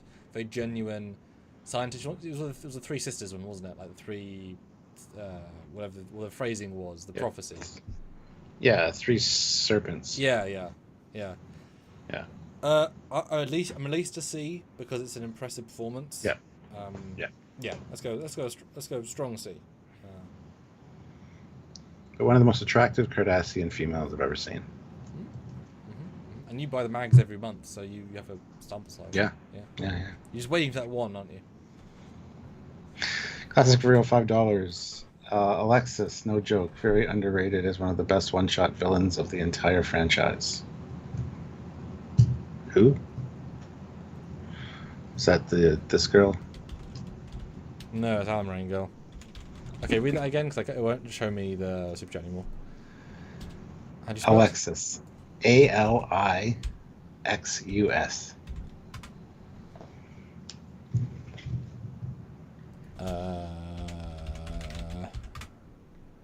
Nothing is coming up. Unless you mean the not Trill lady? I guess. Maybe. Let's go with that. That's what's the only thing that's coming up. And not even as the first search result, which, From the episode where Dax gets nicked by another guy. Yeah. So the lady from that. Yeah, the girlfriend of the guy. Yes. Who was convinced that, he's just using her as an ends to a means, and once he changes, he won't want to be with her. She's all right. She's probably a F for me. She's yeah. Fine.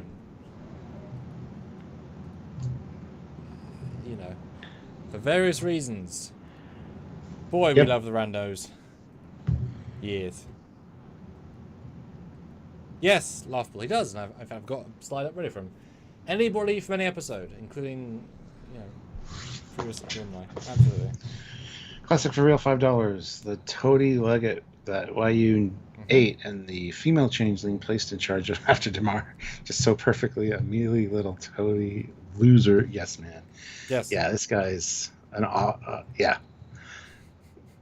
He's exactly that. He's a yes man. He's filling the role. He's Oddly memorable, actually. Yeah.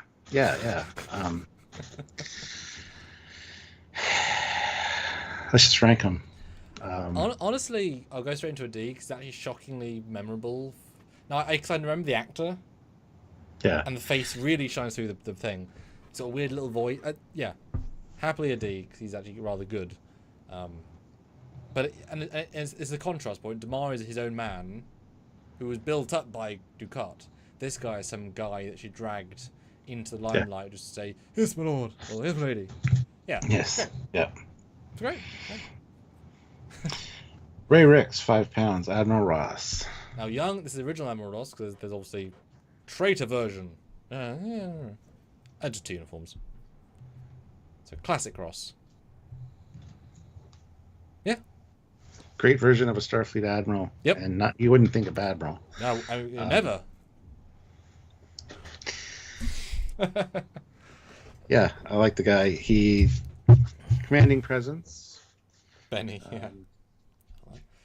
Yeah. The problem is though, I define him by his last performance, unfortunately, because he's just good admiral until he's like, oh damn. What did he do in these? I do remember him going to his office being like, I'm sorry Ben, the war and blah blah blah. Like, this is your little shitty office and I'm glad you're in the vicinity. Yeah, I want to give this Admiral Ross a C because I don't remember his direct performances enough. But I think the other version's higher because he's more nuanced, because he's, things and bobs. What do you think? B's fine. No, I want to give C to this version, probably B to the later version. Oh. So I think he's not as dynamic enough, but solid Admiral until he's not.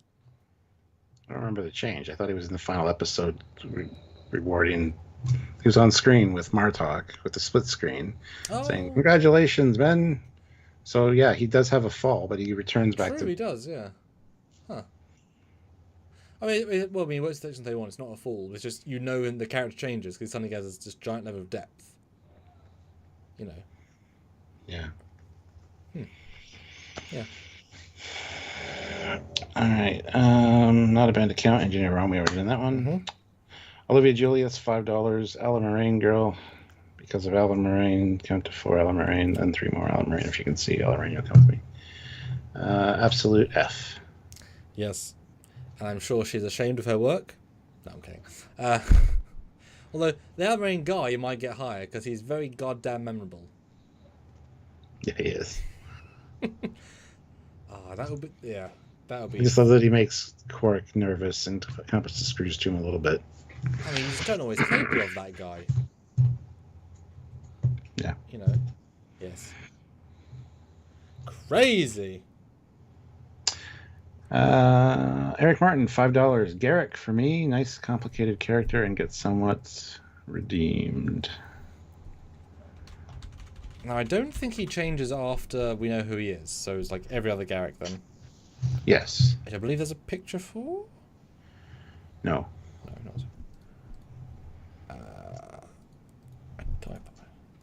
It's not gone through. So we know who he is, Garrick. S tier. Love this character. Relishes in... He's just devious.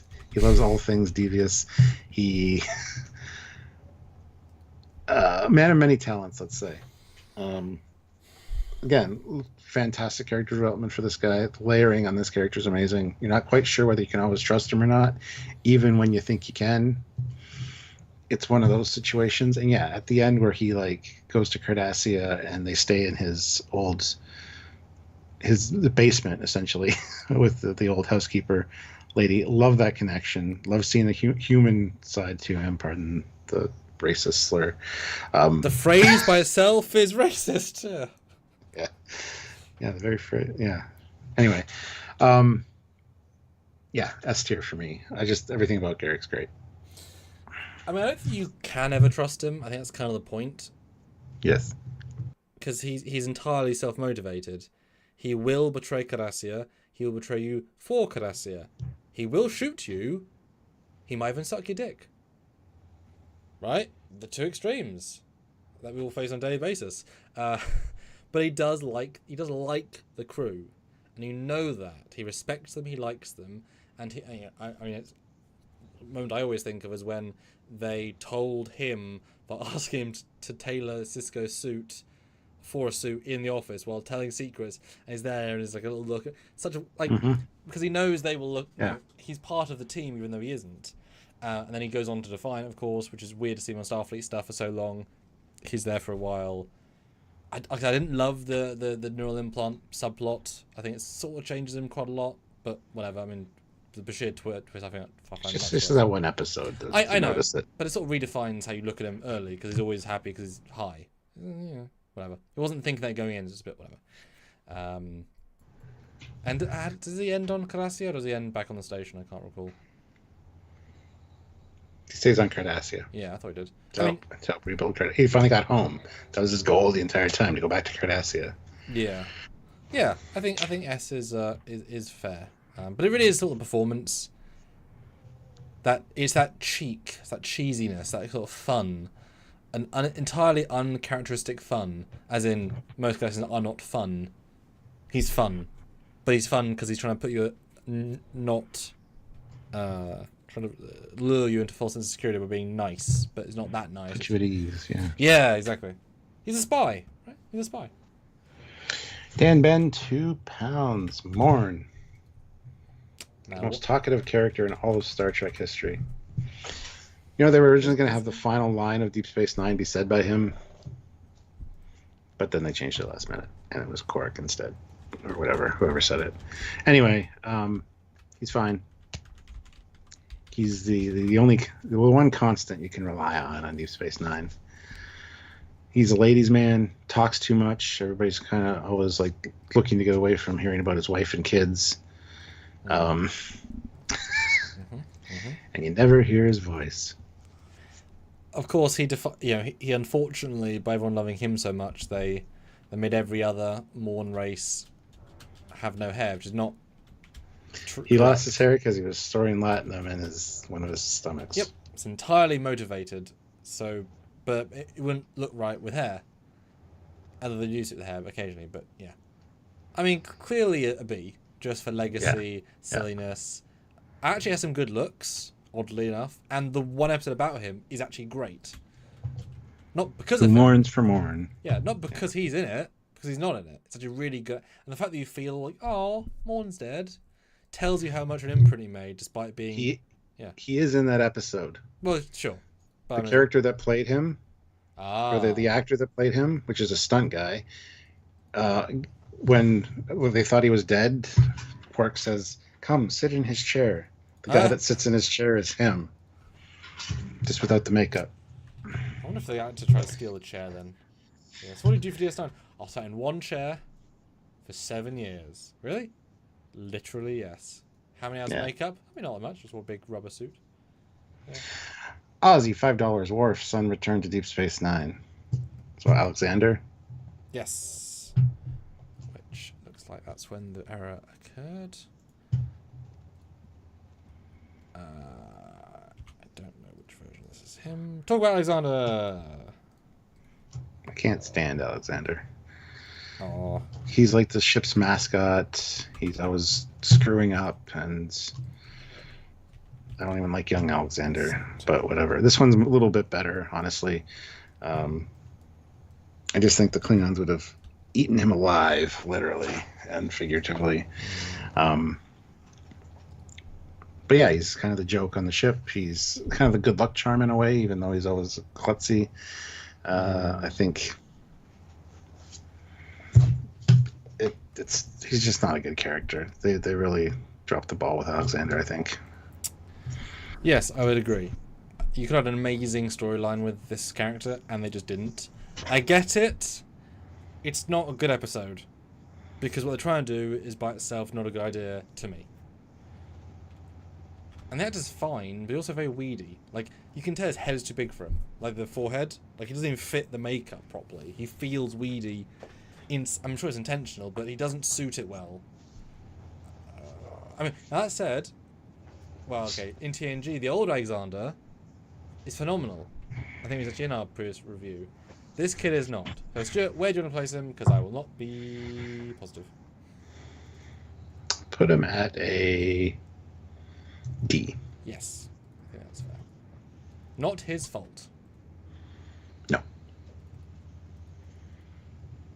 And I think the character is in 2 episodes. I think he comes back for the wedding.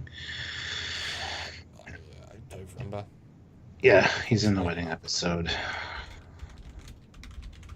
And it could have been a really great idea to have him and do stuff with him, and just doesn't quite. Not a bad account. $2 old AU Jake Sisko. Got Tony Todd again. Great character.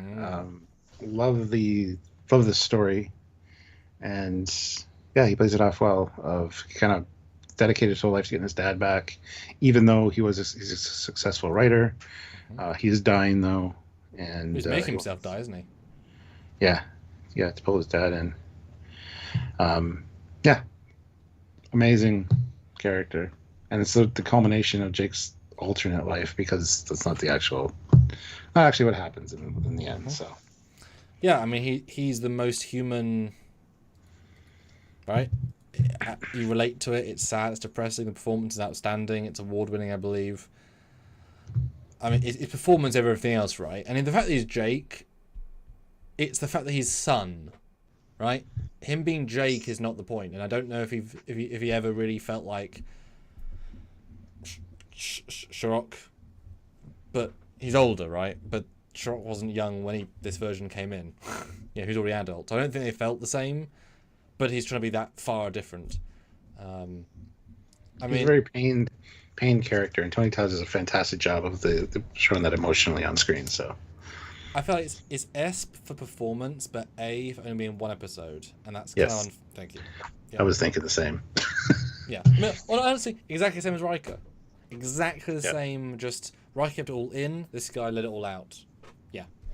There you go. Beautiful. Corey Erickson, $2. Commandant Kira. Yes, I think I might have. Everything may be broken now, so you might have to find some stuff in a minute. I'm not sure, because things are a bit dying here.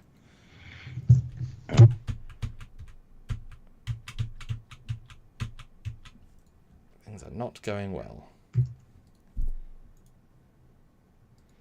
But if you want Q, we have Q lined up. Yeah, basically, Cody's Windows Explorer anymore, and I have to keep using that to get stuff, and it's just not working anymore. So, yeah. Which one is Commandant Kira though? Black leather.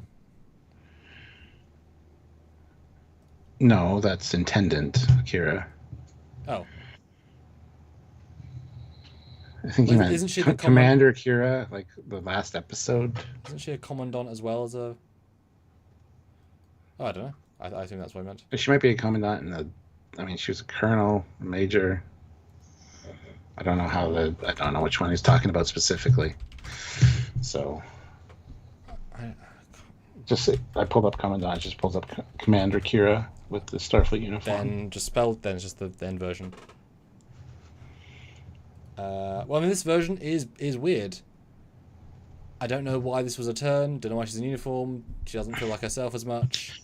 They explain it. They don't want she's going to help the resistance movement on Cardassia, and they felt that her wearing Bajoran military gear would still rub a lot of the Cardassians, even the higher ups, the wrong way. So they put her in a Starfleet uniform to kind of temper that a bit.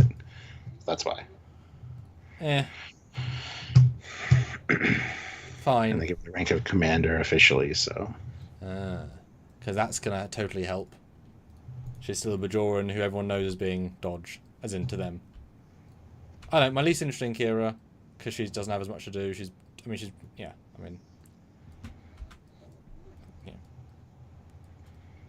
See? It's an A. She doesn't do anything. I mean, isn't she only in like 2 episodes as this character? Yeah, I guess. Okay, if you want to do that, then let's see. It's fine. Yeah. It's a culmination of the character, but still, who cares? cares? But the character's the terrorism bit and the fighting. She's military lady at the end. She's very much more like okay. It's kind of dull. In comparison. Oh, Corey Erickson says yes, you're right. Intendant. Dang. Okay, so. Well, we did that one instead. So moving on. It's okay. We Okay. cover that next time. Okay. Classic for real, $5. $5 for Lola and Precious. Bestest pugs in Star Trek. Yes, and they're snoring behind me. Yes. Kyle Wong, 10 pounds. Forgot the name. The guy who was second in command of the station, always dresses in black, carries a red laser sword, and always looks like he's been running for the bus. That'd be Darth Vader, and no, not on this list. Thank you for the super chat. Yes. Ray Ricks, 10 pounds. Cisco and Kira. Mm-hmm. Which ones? First Cisco, next Kira. Okay, well, first Cisco, Commander Cisco. With hair. Guy unsure of what he wants to do because he's lost his wife. He's a single dad, doesn't really have the heart to be in Starfleet, but gets this assignment because they think he can do it, and begrudgingly does so, and changes quite a bit. So yeah, this is first 3 seasons, 2 seasons at least. Yeah. Does a fine job. Very good dad, very good father. Yeah. Dealing with the death of his wife. Yeah, he's this guy's more general. He does everything well, which ironic he doesn't have that hard edge that later him does, given he just lost his wife and fought a Borg. But he's so overwhelmed by where he is, and he's just dealing with it. And then by the goatee, he's now owning it. And by Dominion War him, he's now kicking people's asses every day. And he has to be, right? They're very different sides of him as he grows and becomes just this, honestly, this military leader. Unfortunately, this guy's not. This guy's I guess I'm here. I'll do the best I can and do the best I can. But yeah, good leader. As I was going to say earlier, he might be more human than the later versions. But that's more probably he smiles more. But then later him also has really like off-duty episodes where he like jazzes them out and is fun. So it's kind of What do you think?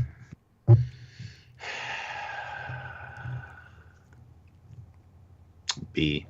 Yes, I think we know that the journey of this character respective to the chart. Yes, that's what I was thinking. And I want to keep everyone aware that Cisco is my favorite captain. So that's not a knock. That's just first season Cisco's. Nog at sea.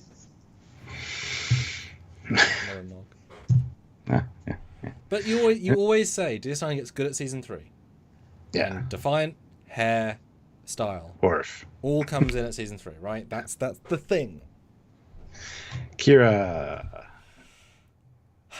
Talking about bitch Kira, like the first season. No, that's middle Kira, who's main Kira. Yeah. Then we get first Kira. Because that was a pre-prepared one. Yeah, first or early Kira. And if I early Kira with the, let's say, attitude. Fair enough, because bad times, but. Yeah, not the biggest fan of the character. Comes across a little brash and rough around the edges, but definitely mellows. I do like character's arc. I do love Kira near the end, but yeah, I can't really stand the first season of Kira. I get it. I understand. Like, she did a fantastic job with the character to like go from being a terrorist to having to work for the Federation and kind of begrudgingly so. I think she did a great job. However, the character I'm not the biggest fan of, but I would definitely say an A at least. Yeah, I mean, growth, you got to start somewhere. She's the most heart on the sleeve person. Very feisty. She's the only one that will go into the office and say F you, but also tell me what we're doing, Cisco. But it's a mutual respect thing. Like, Dax would be in a different way, is that she would go and storm in, but it'd not be about storming, it's about making a point across that she wants to be part of the situation. It's funny because middle Kira is, like, when she's into, when she's romancing and the stuff with Odo, she's far more plain and relatably normal. But she's probably less interested in this Kira. So, should we agree that this Kira is a higher rank because she's more interesting than the middle Kira? and therefore higher. Because I wouldn't necessarily give this Kira A, but if the other Kira is a B, because she's more gentle. Whatever you decide. Either way is fine. Just because she has more. I mean, it's more about the Bajorans' early seasons, so it's more about her, right? I think the last 2 seasons should be an S for Kira. But yeah, the middle part kind of takes a bit of a slump with the whole Vedic Burial and then the Yoda. Like, there's just kind the of... middle. Just the middle, yeah. Yeah. And why the last 2 seasons as S? What did she do in the last 2 seasons? Her job? I don't know. Well, exactly. I don't answer that. What was the specific about that? I don't know then. Yeah. Because she's more Starfleety. Oh no. But yeah, I think go A for this. Will be the next one if we get to her, and then we'll see about the last one. Because I'm interested. Commander, yeah, we got Commander, haven't I? There is a few Kiras. And no Jadzia. Well, let's not add to the pot because we're coming to the end, so no more super chats in. But plenty left to talk about. This is not even. Yes. Half the main cast aren't even here. So yes. So Commander Worf, not abandoned accounts, is the last one today. So Royston, Kira's an S. Not early Kira. No, she's very unlikable. Oh my god, guys, stop. It's fine. Whatever.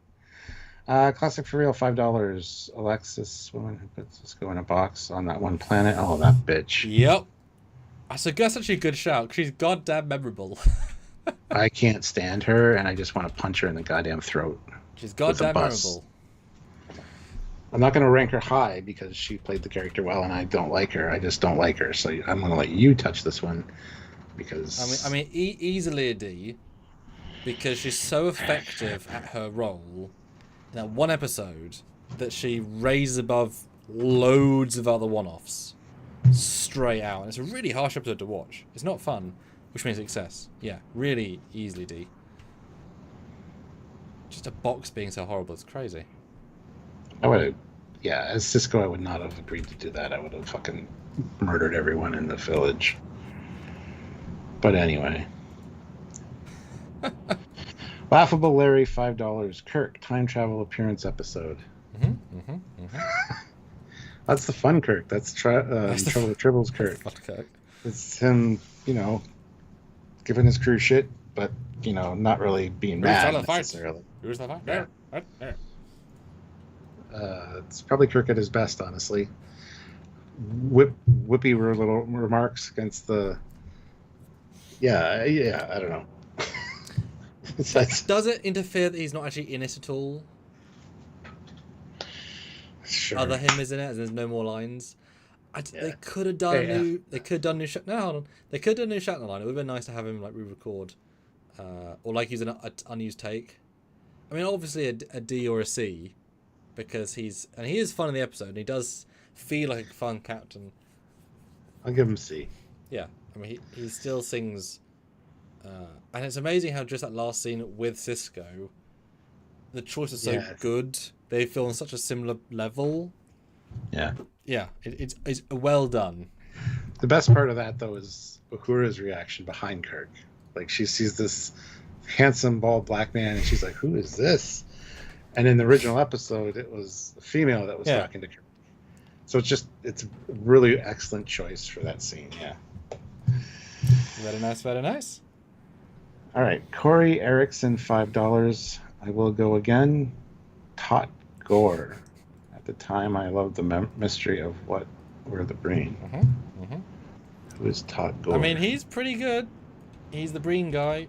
He's the guy that brought in the disruptors and the anti-weapons, and he stays the entire time like he's the guy. Yep, that's a surprise my attitude for an unseen, unknown guy. I mean, D, C, D, D. D, yeah. Didn't know his name. No, it's okay. Yeah, I mean, he's, because, if I recall, he has in the body language works for you into kind of like, oh, we both hate this or this. They commune. Because, Breen are so above everyone else, that therefore, he's like, oh, yeah. Rather good. All right. Not a band count. Commander Worf. I mean, S. He's better in this than TNG. Oh, that's not him. We don't have one of Worf. I did get one. Where is that? Is that screen cap? Lower part of the uniform on click is.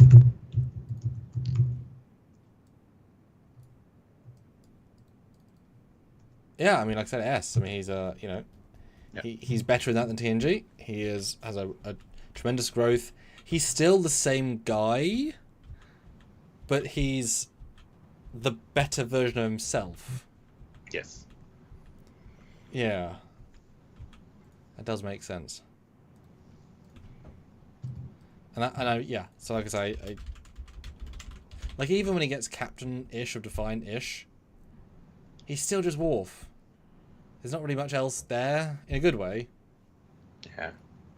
What do you say about ye old Commander Worf? You said it all. I mean, it's just the end game of Worf. He comes aboard, not really sure about what he needs to be doing, essentially, and very quickly comes into his own. Wins the heart of the awesome Jadzia. Yeah. Gets married, deals with the Esri incident very well, and goes out on a limb to save Jadzia. So much so that Sisko says you'll probably never get a command after this. There's so many great Worf moments. It's not even funny. So yes, he's absolutely S tier. Yeah, I mean, and he survives all of the Dominion prison stuff. Yeah, battling Jem'Hadar soldier after Jem'Hadar soldier will not give up.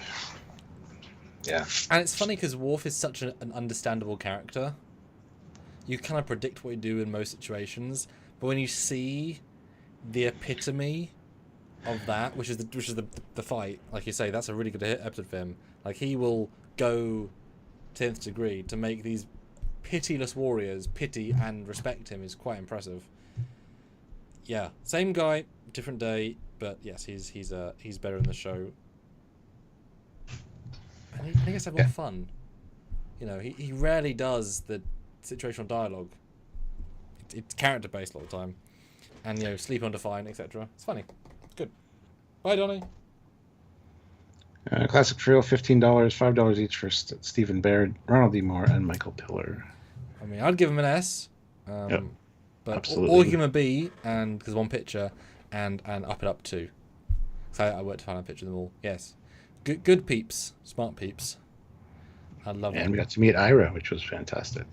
Great guy. I love that I managed to find a picture of all of them on the bloody TOS bridge. Yeah. That's excellent. Yeah, all credit to them because they are the makers of the. But all the characters, right? Because as we said a few times, it's the actors that make the characters pop in a way that Yeah. Good casting. And that's it, 'cause we're at time. But Gastro 1980 came in with $5. Kai wins. Sorry, joining late. There are quite a few Kai wins we could talk about. Vedic. Yeah, I guess Kai classic. win. Which I believe there's a picture of the original her. I mean, there should be.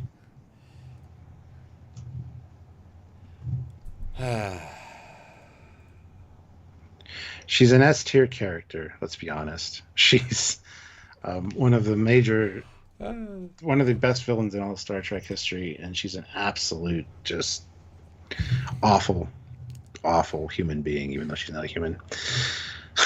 It's funny because she's not even like she's in it for Bajor and herself, but for Bajor, it's not even like she's an evil monster who beats children or goes on terrorist runs. Like she's just in it for Bajor to be the powerful. Like she's not even necessarily a super zealot because of course the Bajorans have proof their prophets exist. So she's not even zealot. Like, well, no, you've talked to them. There's no. So that's not even like you can't even make that parallel. She knows it's true. She's just serving them, right? Although she's not talked to by them. I think I like early her better because she's not in it much near the end, and then at the end it's just weird. So I think I like classic her more. Yes, my child. Yeah. Yeah, she's absolutely S tier character, but horrible person. Yeah. And not even because she's necessarily mean, it's just the way she does everything. She's conniving. But I don't know. Just you hate her. You just hate her. Yeah. She glazes everything with that "my child." Like she tries to come off as the better person in every situation by not getting. Yeah, she's just an awful, awful, awful person. Yeah. And she didn't. She doesn't believe in the prophets. Yes, later at final season, yes, because all through DS9, she's always jealous of Cisco. She's jealous of Kira. Whenever they see the prophets or have a vision, she's like, "I have not been blessed with a vision." So yes, she eventually comes around to not believing in the prophets. Well, I mean, she believes them because they're true, but she doesn't believe in their mystical, those stories about them for her people. She believes, yeah, exactly. They're aliens, not her gods. She falls to the Paul Wraith, which are also true because they exist, but they're just mean versions of the same aliens. Yeah. Yeah. Damn. And still, so many people. So many people in this list. My goodness. Big cast on this show. Yeah. Wow. And only one up. Only one change. Yeah, I noticed that too. Interesting. All right, guys. Well, that's it for today. We're going to close out this poll real quick. Oh, yes. If I can open it. Which I can't open it. Why? There we go. Which Star Trek show has the best and deepest characters? TOS, TNG, DS9, or Voyager? Well, DS9 wins with 72%. Yes. TNG, 15%. Big margin there. Then we get Voyager with 7% and TOS with 6%. So. Wow, interesting. Yeah. Good all right, poll. guys. Good poll. Yeah. Well, thank you for joining us. Thank you everyone that super chatted. Come back tomorrow. Tomorrow we'll be doing ships. Viewers Choice ships from DS9. Yes. Which there's a lot of fleet shots, a lot of ships. So yes. Thanks for that. Was many ships invented for DS9? Maybe not. But a lot were seen in DS9, and so we can judge their appearances because there's more Akira action in that than there is in all First Contact. Yeah. If it's in it, we can talk about it. That's the rule for that. Yeah. So join us for that tomorrow, and join us for Friday for Lower Decks review. The Klingon one, apparently, says the teaser images. Nice. Yeah. And join me on Thursday night if you want a first reaction to that. And you do. So, you do. And on the weekend for edited content. You do. Wait. You will. Yes, you will. Yes. All the things. All things. Thanks, guys. Appreciate joining in, as always. Yes. So until next time, he is Commander Cockins. He's got a Foley. Bye, guys.